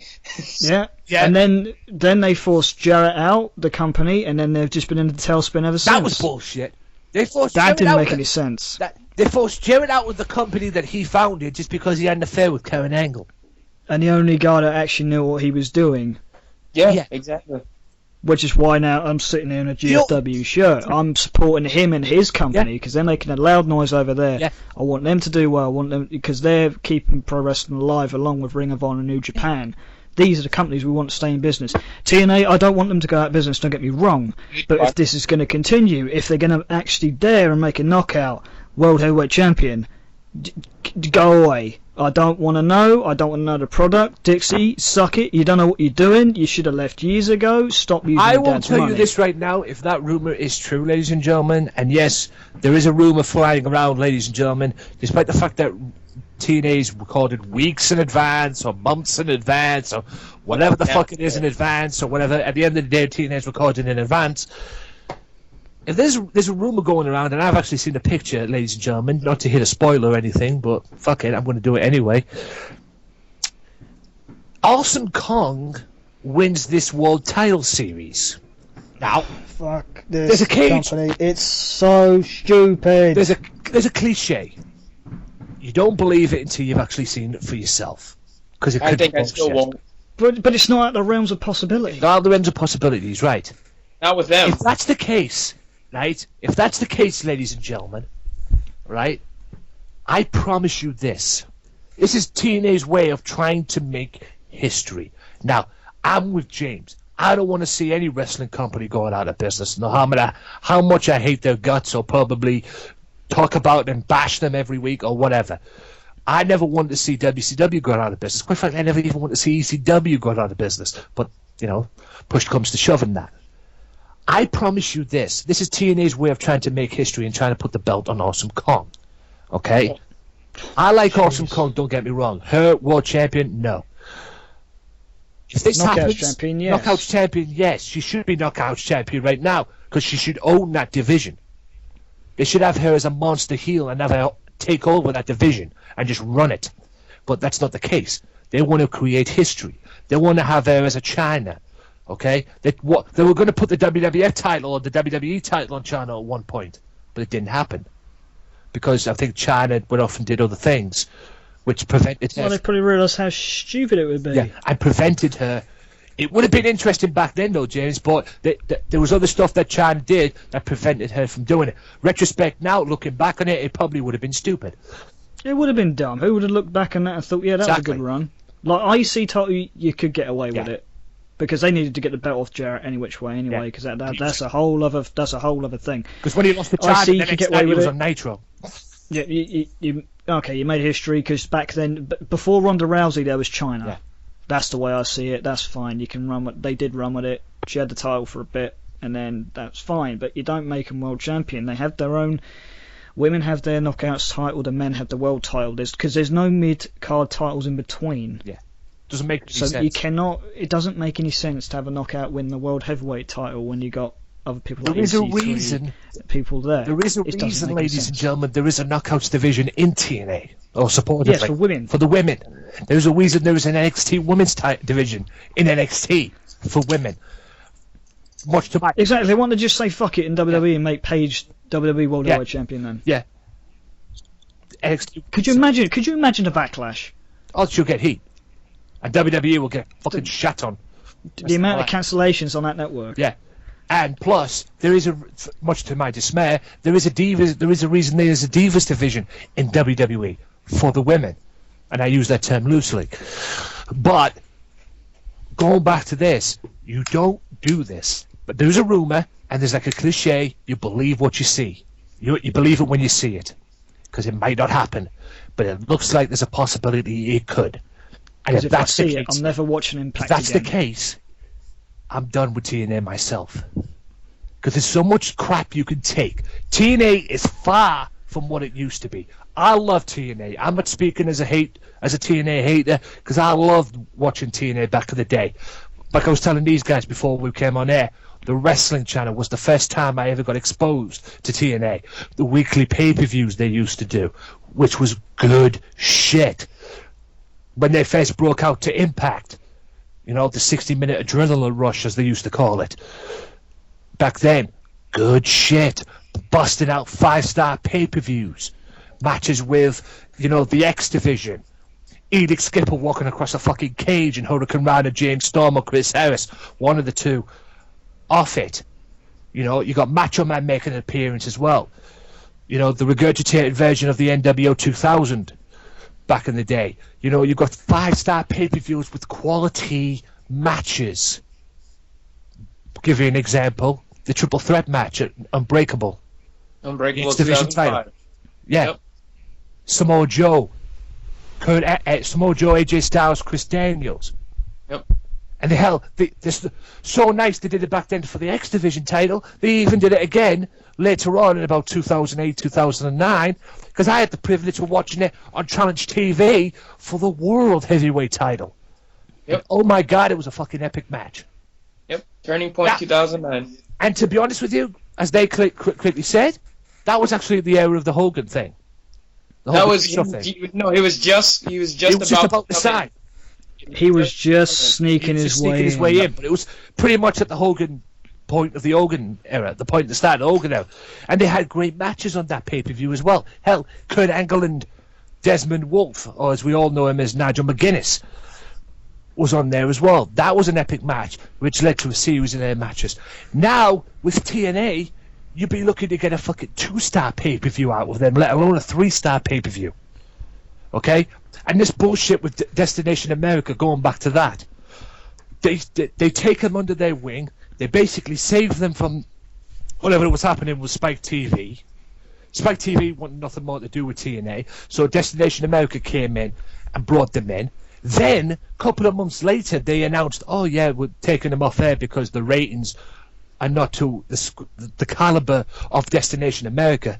First of all, what the fuck? The thing that I heard that it was about, I don't think it was ratings. I think it was the fact that no one wanted to sponsor them during them being on, and they cost too much money to set up everywhere. Yeah. And much to the dismay of TNA, what do Destination America go and do? They go and acquire Ring of Honor. Ring of Honor. It does such a shady deal. Yep. Shady deal. Oh yeah, we've got TNA, but you know what? Fuck it. We'll go and get Ring of Honor instead. Now, nothing against Ring of Honor, and to be honest with you, if Destination America are fascinated and do want ratings that much, as far as comparing TNA and Ring of Honor ratings-wise, you would probably get better ratings out of Ring of Honor than you would TNA. So, in a way, as much as shady as that is, that's actually a good deal on their part. Well, it is. Myself and Mike, we were defending TNA to the ground during this run. And when that happened, I got hot at Ring of Honor for doing it. Yeah. Because I thought that was just a shady deal and they've just done it so they could get rid of Impact Wrestling. And then they tried to do this Wrestling Wednesday. Was it Wrestling Wednesday? Something like that? Wednesday, yeah. They tried to do a block with it. Which they should have kept. And then they just moved Ring of Honor to 11 at my time. And it was on late. And I don't watch it anymore because it's on too late. And I just want to go to bed. Yeah. That's what I mean. I don't understand the time slots either. They're already starting to jack Ring of Honor around it as well. Yeah. The reasons they got wrestling is because they know us, and a minority out there still watch pro wrestling. The channel done it to get notoriety, and then when people actually got that channel, because I think you got subscribed to it separately, Mike. Yeah, it's expensive over here. You get that, and then they start booting out the wrestling so they can plug their own shows, so they can try and get you hooked on something else. But the only thing that I've actually heard of is like a barbecue show. Well, the only thing I watch Ring of Honor on their websites every week. They have a website, they have a segment on their website where you can watch the Ring of Honor television show, the same show that is aired on Destination America. Probably don't know how much late, but it gets aired on Destination America anyway. But I watch it on the website. But like I say, why do that? But like I say, going back to what you were saying there, James, it was a shady deal in a way, but now you think about it, maybe it was a good deal considering the way TNA is right now. And you wonder why Destination America have basically pulled the plug on TNA again. Yeah, but TNA were actually doing well at this point. Yeah, dude, well, they were actually doing okay at this point. They were worth defending. And they were worth defending, you're right. Even I've defended them a few times. But now, looking back on it, all that defense was a waste of time. Oh, it was, yeah. It was a waste of time, considering the way they've done. They have EC3 drop the belt at Bound for Glory. And then a couple of days later, they have Matt Hardy, the winner of the Bound for Glory match, announce that because of an injunction from EC3, he's no longer allowed on TNA as world champion. But there's now in the world title series. And now there's a world title series, and Matt Hardy's back involved again. If you're going to do that, you'd have been best off keeping the world championship on Matt Hardy and give EC3 his rematch. Well, he shouldn't have won it in the first place. Yeah. Like I said, I would have been okay with Drew Galloway taking the title away from EC3, but because and as soon as they put Matt Hardy in that triple threat, I knew they were going to go for Matt Hardy, and that instantly killed it for me. It killed the whole entire thing for me. And last week on TNA, for any ICW fans watching this, they had a preview, or a possible preview, of what Fear and Loathing could be. They had a possible preview of what Fear and Loathing could be November 15th. Because, as we all know, ladies and gentlemen, anyone who follows ICW, like me, yours truly, because I'm an avid subscriber, and I'm very proud to be a subscriber of ICW, because ICW is the shit, and it's 10 times better than TNA, and if you want wrestling, ladies and gentlemen, I suggest you subscribe to ICW. Because you're not going to get it in TNA at the moment, at the rate it's going. And like I said, last week... New Japan and Ring of Honor, though. Yeah, New Japan, Ring of Honor as well, not forgetting them. And I had to get them And over. don't get me wrong, Progress Wrestling as well are doing some good shit too. But what I'm saying is last week they gave a preview of Drew Galloway, as again a part of this bullshit world title series, beating Grado. Now, what you guys have an opinions on that, you fans up there have an opinion on that, is a different matter. But all this is pointless if the rumors are true and Awesome Kong is going to be your next TNA World. And the bottom line is this: whatever happens, happens. We'll believe it when we see it. But if this rumor, or this rumor, true, whatever it is, comes to pass, and Awesome Kong is the TNA heavyweight wrestling champion of the world, I will never, unless the TNA improves, I will stop talking about TNA on this podcast. The main points that I do every week, anybody wants to talk about TNA on this podcast, yada, yada, yada, but the main points section, I've mentioned it very vocally the past couple of weeks, that this World Title Series is nothing but a bunch of bullshit. And like I say, I don't know who's creative right there, probably Dixie with about 2 cents of a brain, and don't get me started on Billy Corgan. But if Awesome Kong is your TNA World Heavyweight Champion, the main points segment of TNA will be done. And I will break out. It will go from Raw, SmackDown, Ring of Honor, NXT, TNA, to basically Raw, SmackDown, Ring of Honor, NXT. Because I don't want to see Awesome Kong as TNA World Heavyweight Champion. My guests don't want to see Awesome Kong as TNA Heavyweight Champion of the world. We want to see somebody who has credibility, somebody who can carry that company. Well, it did at EC3. Yeah, at EC3. Yeah, it was actually a good heel. Drew Galloway could have definitely done it. Even Drew Galloway. Yeah. Hell, He was a breath of fresh air. He could have taken take it. Drew Galloway, the current ICW World Heavyweight Champion. If you continued to build up Bram, if he didn't have the situation that he was dealing with, he's not dealing with it anymore. But if they continued to build him up, hell, even if they continued to build up Eli Drake, he could have done it too. Yeah. But no. Bram, the former Mr. Flair. Yeah, For those Bram, of you that don't know, once upon a time he was married to Charlotte. For those of you that don't know, Bram, the former Mr. Flair, who was supposedly a part of the 55 in ICW as well. But no, he is no longer there. And by the way, Magnus left the company, basically told them to stick him. He's in ICW now, apparently, as part of the 55. He's Global Forces hood ornament right now. Yeah. He's global champion. Exactly. Right 99% of this lot, 99% of the talent roster are leaving TNA because they know it's a sinking ship. And they know either Dixie Carter or Billy Corgan has nothing but a 2 cent brain than wrestling. So what do they go and do? They jump ship to GFW. Because Jeff Jarrett... Well, they got the worst negotiators as well. You could ask AJ Styles that. They were the worst. And I don't ever think as well, before we end this thing on TNA, how the fuck can you let someone like AJ Styles go? The guy who was the backbone of TNA. Well, they misused him, and then in the end he got so hot they couldn't afford him, and that's all she wrote. That was it. He was out. There's a reason they call him the phenomenal AJ Styles. It's not a gimmick, ladies and gentlemen. It's fact. I mean, all Austin Aries they should have kept, but they didn't. He got fed up and left. He got fed up and left. And 99% of them have gone back to Ring of Honor. Kenny King. Ring of Honor or NXT, they're out. Joe's in NXT. James Storm's in NXT. Because they're sick and tired of it. Kenny King's went back and formed the All Night Express in Ring of Honor. That's right, the All Night Express are back together again. Yep. Because think what happened the first time around. You know, there's a lot of people that have ended back in TNA. Hell, Chris Daniels. The Fallen Angel. Oh, I'm not going to say he's the Almighty, because that Almighty gimmick is the worst thing that's ever happened to him. yep. I mean, it's like watching an episode of Hello Hello. Oh, Gunner left. Samuel Shaw left. Samuel Shaw left. Austin Aries left, despite the fact he's back for the World Title Series. Well, apparently so, but I don't think he's actually there. No, no.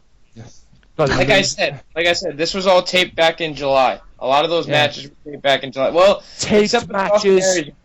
I don't think the Austin Aries one was, because he had left fairly late. So I think that one might have been a little bit more recent. Taped matches. Rockstar Sports even going to ICW as well, because a lot of people... Hell, he's something as well. Your boot camp winner. TNA British Boot Camp. Oh, what, Mark Mark Andrews? Andrews. He's left, apparently. Jesus. He's went back to Progress Wrestling. Not surprised. Because I've got the actual thing on my cover on my Facebook page, if you guys at some point go and check it out. Because on Chapter 23, he's wrestling Will Ospreay for the Progress Wrestling Championship.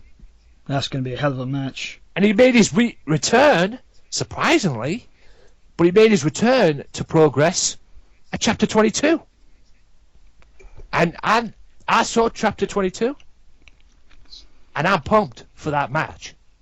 Chapter 23, Will Ospreay and Mark Andrews. I am very pumped for that, and I can't wait. I've seen Will Ospreay live at Rev Pro. That guy's a talent and a half. Yeah, and I'm looking forward to seeing that match at Chapter 23 as well. And if he looks a talent, Will. And these two have had a feud in Progress going back to when it first started. Because it was Mark Andrews that beat him to end his Progress, and then he brings him back. But at the end of the day, TNA is a sinking ship. And if Awesome Kong is the TNA World Heavyweight Champion, I will scrap the main talking points on this show, and I'll probably never talk about TNA again, unless it's the old version, unless anybody has an opinion about it. Don't worry, I won't do a Chris Benoit and totally blank them from the wrestling business, or from my podcast show, and not mention them full stop. I'm not going to do that. I don't do that. That's not my style. I want to talk about TNA, but the stuff that's going down is a fucking joke. And I've been very verbally about it, and this is the first time I've been extremely verbally about it. It's a joke.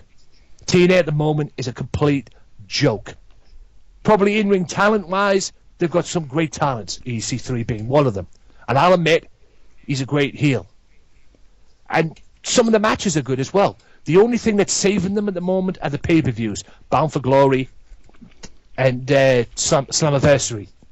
Because they were actually good pay-per-views. Not great, not best of what they used to be, but they were actually good. But TNA needs to start booking his IDs up, and quick. And like James correctly say, they need a stable, established network that's willing to put everything into helping them out. Because if they don't find one, they might as well pack up and quit. And you wonder what, and you know it's a sinking ship, like I said, when half the talent are going to GFW or wanting to go to GFW. That's why I heard a rumor that Dixie Carter or somebody at TNA, some wise ass at TNA, prevented them from talking with GFW. They didn't want anyone to go. They didn't want anybody to work with GFW. They didn't want anyone to be associated or even talk with GFW. This was before the whole partner thing came into play, when GFW and Dixie and TNA agreed to be partnerships. And like I say, Jeff Jarrett is partnered up, as partnered GFW up with a lot of stuff as well. Majority of it being in Japan. That's why he's supposedly a member of the Bullet Club. Well, he did have that one match at Wrestle Kingdom 9. Yeah, the match stuff that happened in Wrestle Kingdom 9 and all that. But TNA needs to start booking his IDs up and quick. Otherwise it's going to end. And I've been very verbal about this, but like my guests correctly say, we're all TNA fans. We love TNA. We've loved TNA since I first watched it back in 2004, 2005. The shit needs to end, and it needs to end now. Start building established wrestling or making it the best professional wrestling company in the world. Like you were going to say, Dixie, when you hired Bully Ray. Look how that turned out for you as your GM. And then you have him attacked on your show. The next minute, he's back in WWE doing the Dudley Boys. Yeah. Really, really established. You're calling it the best They've got the best talent roster in the world. Josh Matthews said, we have the best talent roster in the world. You ain't got shit. Line it up against Ring of Honor. Line it up against Ring of Honor. Line it up against ICW. Hell, line it up against NXT. And I know you won't win that battle. At the moment right now, you might have the greatest talent roster in the world. But one thing's for sure. And I know who would argue that point. TNA fans in particular will probably argue that point. Or TNA marks, for that matter. But let's face it. Like I say, line them up against Ring of Honor. Line them up against New Japan Pro Wrestling. Line them up against NXT. You will not win. Sort yourselves out, TNA, or quit. Because us TNA fans, us three in particular, are getting sick of it. Sick of all the crap. Sick of the World Title Series. Sick of all the booking. Your booking sucks. Sort it. Speaking of GFW, what's your take on GFW? Well, they get momentum. They made tapings. They just need a network to, set their hat on. I think they'll be fine. Looking at the roster, they could be on the Ring of Honor's level within the year. What's your take on it, Mike? It's new. It's fresh. It's got the first model that TNA had, where it was just everybody from independents show up and have the best matches possible. Not too much worrying about talking, just do wrestling. All they need is the same thing as Belmont said. They need a TV deal, and they should be all set. So I think they'll have a bright future as long as Jeff keeps his head on straight with his finances and makes sure that he lets the right people in and doesn't get forced out of GFW like he did TNA. They should be just fine. I actually want to watch it because I do. I've heard about the tournaments and everything, and I want to see it. And it's new. Everybody likes new. Everyone loves new. So, do you think that it's a mistake for them to do a tour in the UK? No. No. The UK loves. See, that's the thing with TNA. The UK still loves TNA. They always get a big turnout there. So I would think it's the same would happen for GFW. Yeah. It's all about exposure before you hit the next level. That's all they're doing. That's the wise thing to do. Absolutely. Yeah. It's a good point. Yes, it's a good point in what you're saying. But the reason why I asked that, do you think it's a mistake to do that, considering NXT are over in December? Will people pay attention to GFW? Because everybody knows when NXT is coming and going. This is what people have been waiting for since NXT existed, or since NXT started. UK fans wanted to see NXT over here. They wanted NXT to come over here because they watch it every week, whether it's on the network or even on Sky Sports or whatever the hell they show it. They want to see that brand over here. They want to be at the events. They want to go to the arenas. They want to go to the shows. Do you think that NXT will get that? NXT will get that exposure, but do you think people will give a damn about GFT?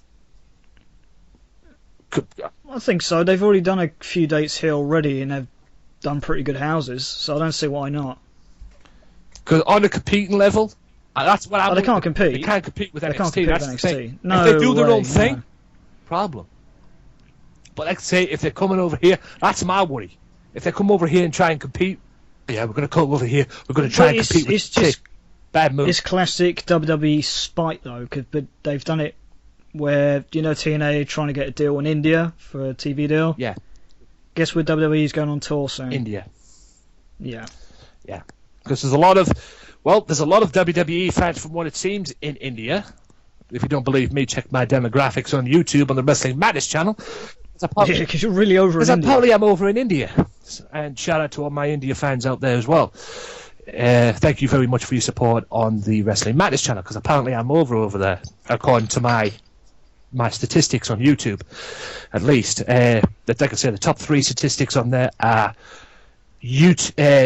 India, USA, and the UK. Anything else is a bonus.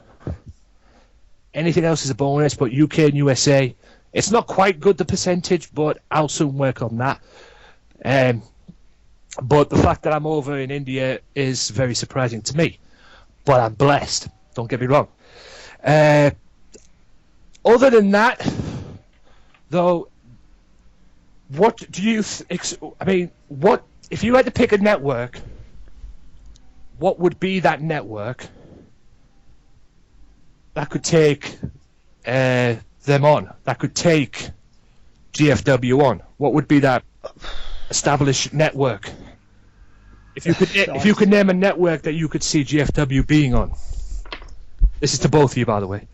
I honestly can't name one because I don't know how many networks are still interested in wrestling now. It's a tough one. That's the tough one as well. I mean, maybe Spike could pick them up. No, Spike needs to stay away.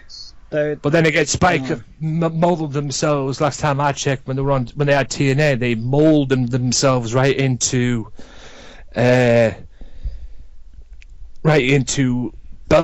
didn't they? So. Yeah, Spike. Jarrett's smart. He's not going to go to Spike because Spike treated TNA so badly. So I would imagine they treat TNA so badly. I mean, trying to promote Bellator matches on their show. Really? Well, that's all they did. We've got a bunch of cage fighters in there that did nothing while paying them, and then they just vanished. Even brought one cage fighter over, who ended up being a member of the Main Event Mafia. Less said about that, the better. Was that Ortiz or something? No. Ortiz joined Aces and Eights. It was Rampage Jackson. It was Rampage that joined Main Event Mafia. Right. Yeah, that was a great angle. Great angle. Great idea. I think it's going to be an unknown. It's going to be kind of like a Destination America, provided they treat GFW better, which I hope, because I'm supporting them wholeheartedly. I've always liked Jarrett on the book. They just have to be very careful. I'm sure he's got the experience. He ain't going to get burned twice, so he's going to be careful. He's going to choose the right network for them and build on the way up. I don't think he's going to try and directly oppose WWE, because let's face it, if he goes against NXT, he's going to lose. Right. So I think just go slow and steady, get a network, establish, and just roll on from there. What about it, Mike? What? The network? Yeah. What's your take? Honestly, I have no idea either. I don't know where they could go. I've heard that Spike is possibly interested in getting back in wrestling, but I don't want to see that happen, because it's like you're a bunch of hypocrites if you go and get rid of TNA because you say you don't want to do wrestling anymore, and then you go back on your word and go to GFW. That would be stupid. But I can't really picture anybody. There's like no established, and I was talking to my friend about this the other day, there's no really established wrestling network now. No. There's no one that I can see that would support wrestling like the USA Network supports WWE and has been. I was going to say that the only established one that I know is WWE, is the USA Network, that they've got WWE. So. Yeah, but WWE got their claws in it. And that's what they do. If they sense a threat, they jump to every single thing that the other company tries to do. They're doing it right now because they know their main shows are failing, and they're trying to cut off any kind of opposition. Yeah, that's what they're doing. Yeah. Which is why I'm saying for GFW, I'm saying to Jarrett, just be careful with what you pick and be careful of how you bill it and what times you put it on and stuff. I was thinking just now, wouldn't a good idea just go online, like do a Hulu Plus kind of thing? Yeah, that would work. That would work. Do their own version. I'll do what ICW is doing. Put an on-demand service out. On-demand service. Put an on-demand service. Work. People are buying it. Yeah, people are buying ICW on demand. Yeah, me being one of them. You're being one, yeah. But at the end of the day, people have always said, "Oh, why hasn't ICW got a TV deal and everything?" The reason why ICW haven't got a TV deal is because they're over 18s and they've pushed the limits like the old ECW used to do in that, and it's backfired on them because Ofcom banned them from. Well, no network's going to touch him. And at the moment, right now, I don't know if any networks is going to touch, despite the fact that Mark Dallas is out there trying to bust his ass to get him on a network deal. You know, trying to find somebody out there that's willing to take them on. But at the end of the day, he wants a network that's not going to fucking screw him around. You know, and do what the others have done, like Spike did with TNA, not fucking mess them about, or Destination America with TNA. He wants an established network that's willing to support them and willing to put up with what they do and not have them change. You know, I mean, what amazes me is when you go onto a network, wrestling companies always say, "Oh yeah, when you go onto a network, you have to change." No, you don't. There's a reason there's a watershed. You know, if you have a product like which is 18 plus, and yes, they have done family shows, by the way. Just one. I find that very hard to believe. Just the one show, by the way, which is actually on their on-demand service, Afternoon Delight it was called, which was okay for what it was, just considering it was a family show and not a 18 plus show. But at the end of the day, Mark Dallas wants somebody. I mean, at the end of the day, they always say you can change when you go into a network. No, go on a network, and that's the reason why we have a watershed. If you have an 18-plus show, you can still air that network. You can still air that product. Just do it after the watershed. Obviously, you're not going to air it at 6 o'clock on, in the daytime or whatever. Air it after the watershed. Air it at 9 o'clock. You know, at 9 o'clock, do the attitude. You know, say, hey, there's a product for you. You don't have to pay 2 hours. You know, sometimes 60-minute works. I.e. NXT, for example. You know, don't do that. I mean, that's why. But at the end of the day, going back to what we were saying, ICW's on-demand service is working far more better than any chance of them getting on TV. Maybe they don't need a TV deal. They would like one. Don't get me wrong. I'm not saying that they shouldn't get one. I wish they would, but why get a TV deal that's going to mess up with the on-demand service? I mean, look what WWE's doing. I mean, look at the hassle WWE had with their network and a certain Sky Sports. You know, the Sky thing, the amount of times they've had to delay the network in the UK because of the Sky situation. Because Sky was screwing them around. Maybe sometimes a TV deal is not necessarily the case. Maybe that could work for GFW as well. Because if it can work for ICW, it can work for GFW. An on-demand service as well. I mean, PCW have got it. Progress Wrestling have got one, apparently.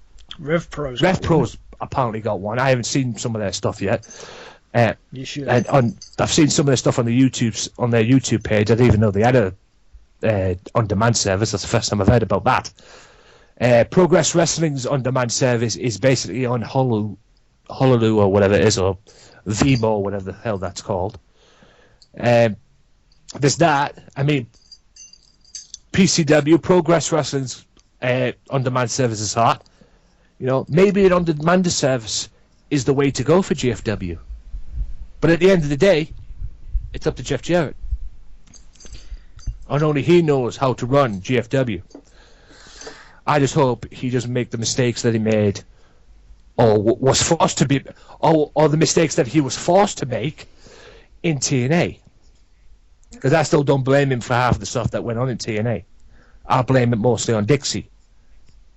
And the thing that pissed me off about it is, like I say, when he had the affair with Karen Angle, yes, it was wrong to do it, but why should he why should he get kicked out of his own company? Makes no sense. But with that being said, I'm done with this. And that is the end of all of this, ladies and gentlemen.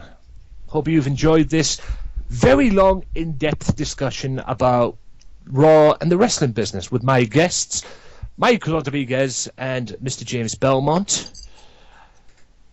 Guys, put yourselves over. Social media, do you think?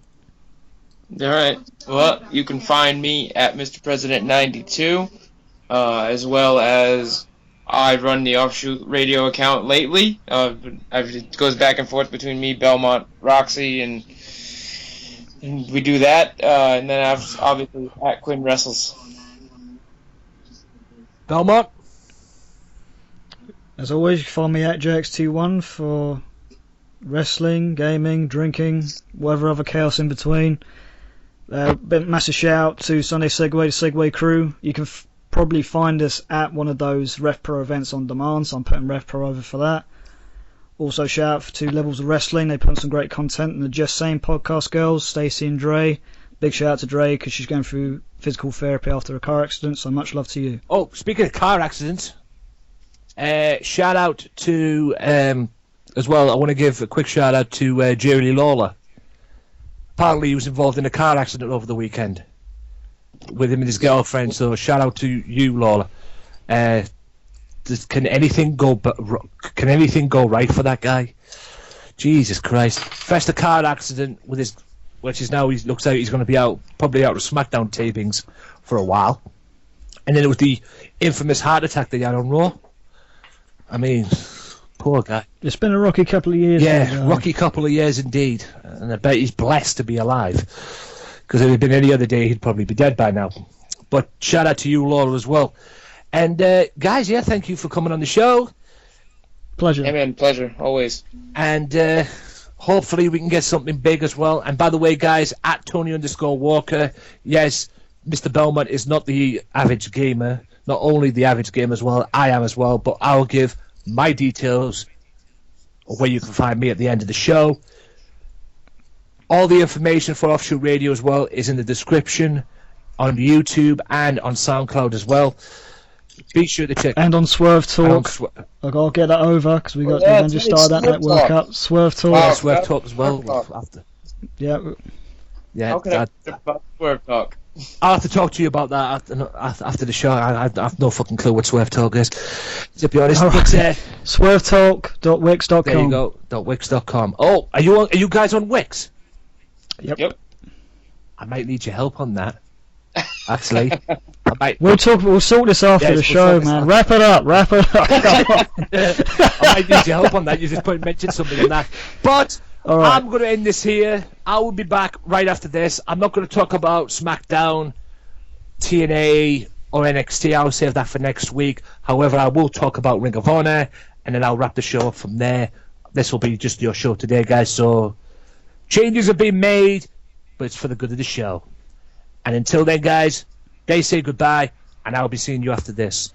Stay tuned. If you like the Wrestling Matters podcast, why not check out their Facebook page at facebook.com/WM podcast and like the page and show your support to the podcast that stands up for professional wrestling, the Wrestling Matters podcast. Wrestling Matters, wrestling fans. Right, guys, welcome back to the Wrestling Matters podcast. Thank you so much to Mr. Belmont and Mr. Rodrigues. Thank you guys for coming on. Hopefully next time we can get everybody on from Offshoot Radio, including Roxy and the other missing crew. Now, we have to get, this is the outro. Now, this is the outro round, but we're going to have time to get in the Ring of Honor review. Now, I'm not going to do anything like quickly, but I had to get Ring of Honor in, you know. I'm not going to do SmackDown, TNA. I think we've said TNA in the first segment. I've said enough about TNA anyway. I'm not going to talk about SmackDown. NXT was headlined by Finn Balor and Apollo Crews, which Baron Corbin ended up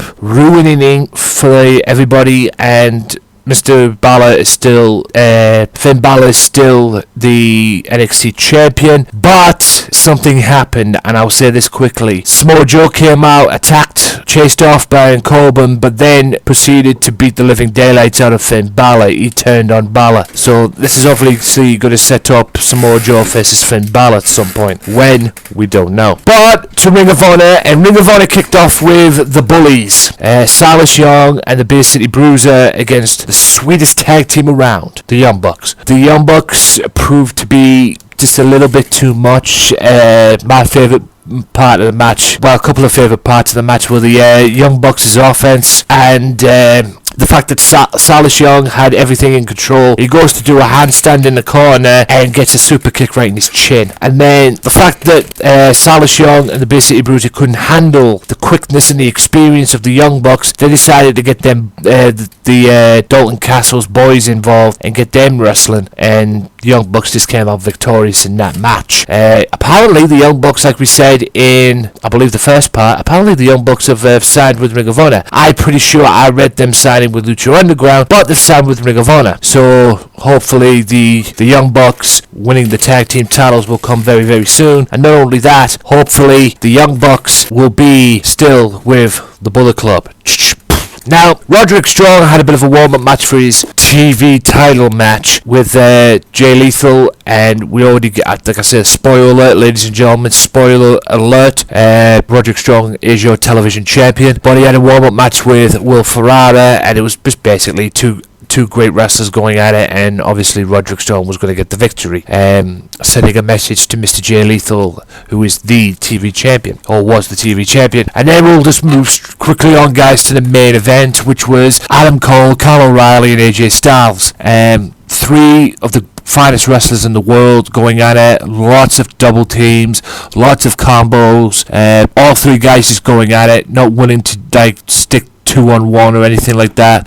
Kyle O'Reilly was more focused on Adam Cole than he was AJ Styles, although him and AJ Styles did go at it in the match, and it ended with Adam Cole getting the victory over Kyle O'Reilly. And then after the match, Jay Lethal, who was at ringside, tried to sneak his way in and managed, try to get his way in. He goes backstage and then comes back out and gets in Styles' face, because him and Styles will be facing each other at some point for the Ring of Honor World title, which I'm very much looking forward to see. All in all, a great Ring of Honor show and a great way to end the podcast here on, guys. Hope you've enjoyed an action-packed, hopefully entertaining podcast. Normal service will resume next week. For more information, go to WM Podcast on Facebook, WM Podcast on Twitter, at WM Podcast. Check out the Games Matter channel as well, guys. Games Matter channel on YouTube, and Games Matter channel on Facebook as well, facebook.com/Games Matter channel. And be sure to check out the weekly videos that I do on the Wrestling Matters channel as well, AJW Wrestling Matters. Also, quick heads up, guys, the week commencing November 16th, I will be doing a week of videos, a 4-day week videos. It starts on the 15th, actually, when I do the ICW 2013 review on YouTube. It's going to be live streamed. I've already got it up. It should be up there right now. I've got a review coming tomorrow, Raw review coming tomorrow on the channel, so look out for that as well. But the week starting starting Monday, November 16th, and going from Monday, November 16th, Monday, November 18th, and 19th on the YouTube channel as well. I will be doing 3 videos of me talking about The Undertaker, because Survivor Series is on the Sunday, and it's the 25 years of The Undertaker, so for that reason alone, I will be doing 3 videos that week based on The Undertaker as well. Me talking about The Undertaker, talking about his favourite matches, and my favourite moments of The Undertaker as well, since he's been doing this since he first made his debut in 1990. But what you guys got to realise is this: I was watching The Undertaker before he was The Undertaker. With that being said, guys, hope you've enjoyed the podcast. Like, subscribe on the YouTube page. Check me out on SoundCloud as well, soundcloud.com/wrestling_matters_podcast. And until next time, guys, big thank you to James Belmont and Mike Rodrigues, and I'll see you soon. Peace out. Well, enough is enough, and it's time for a change! Professional wrestling! This is it! This is us standing up! Yes, yes, yes, yes, yes, yes! That's 13-14!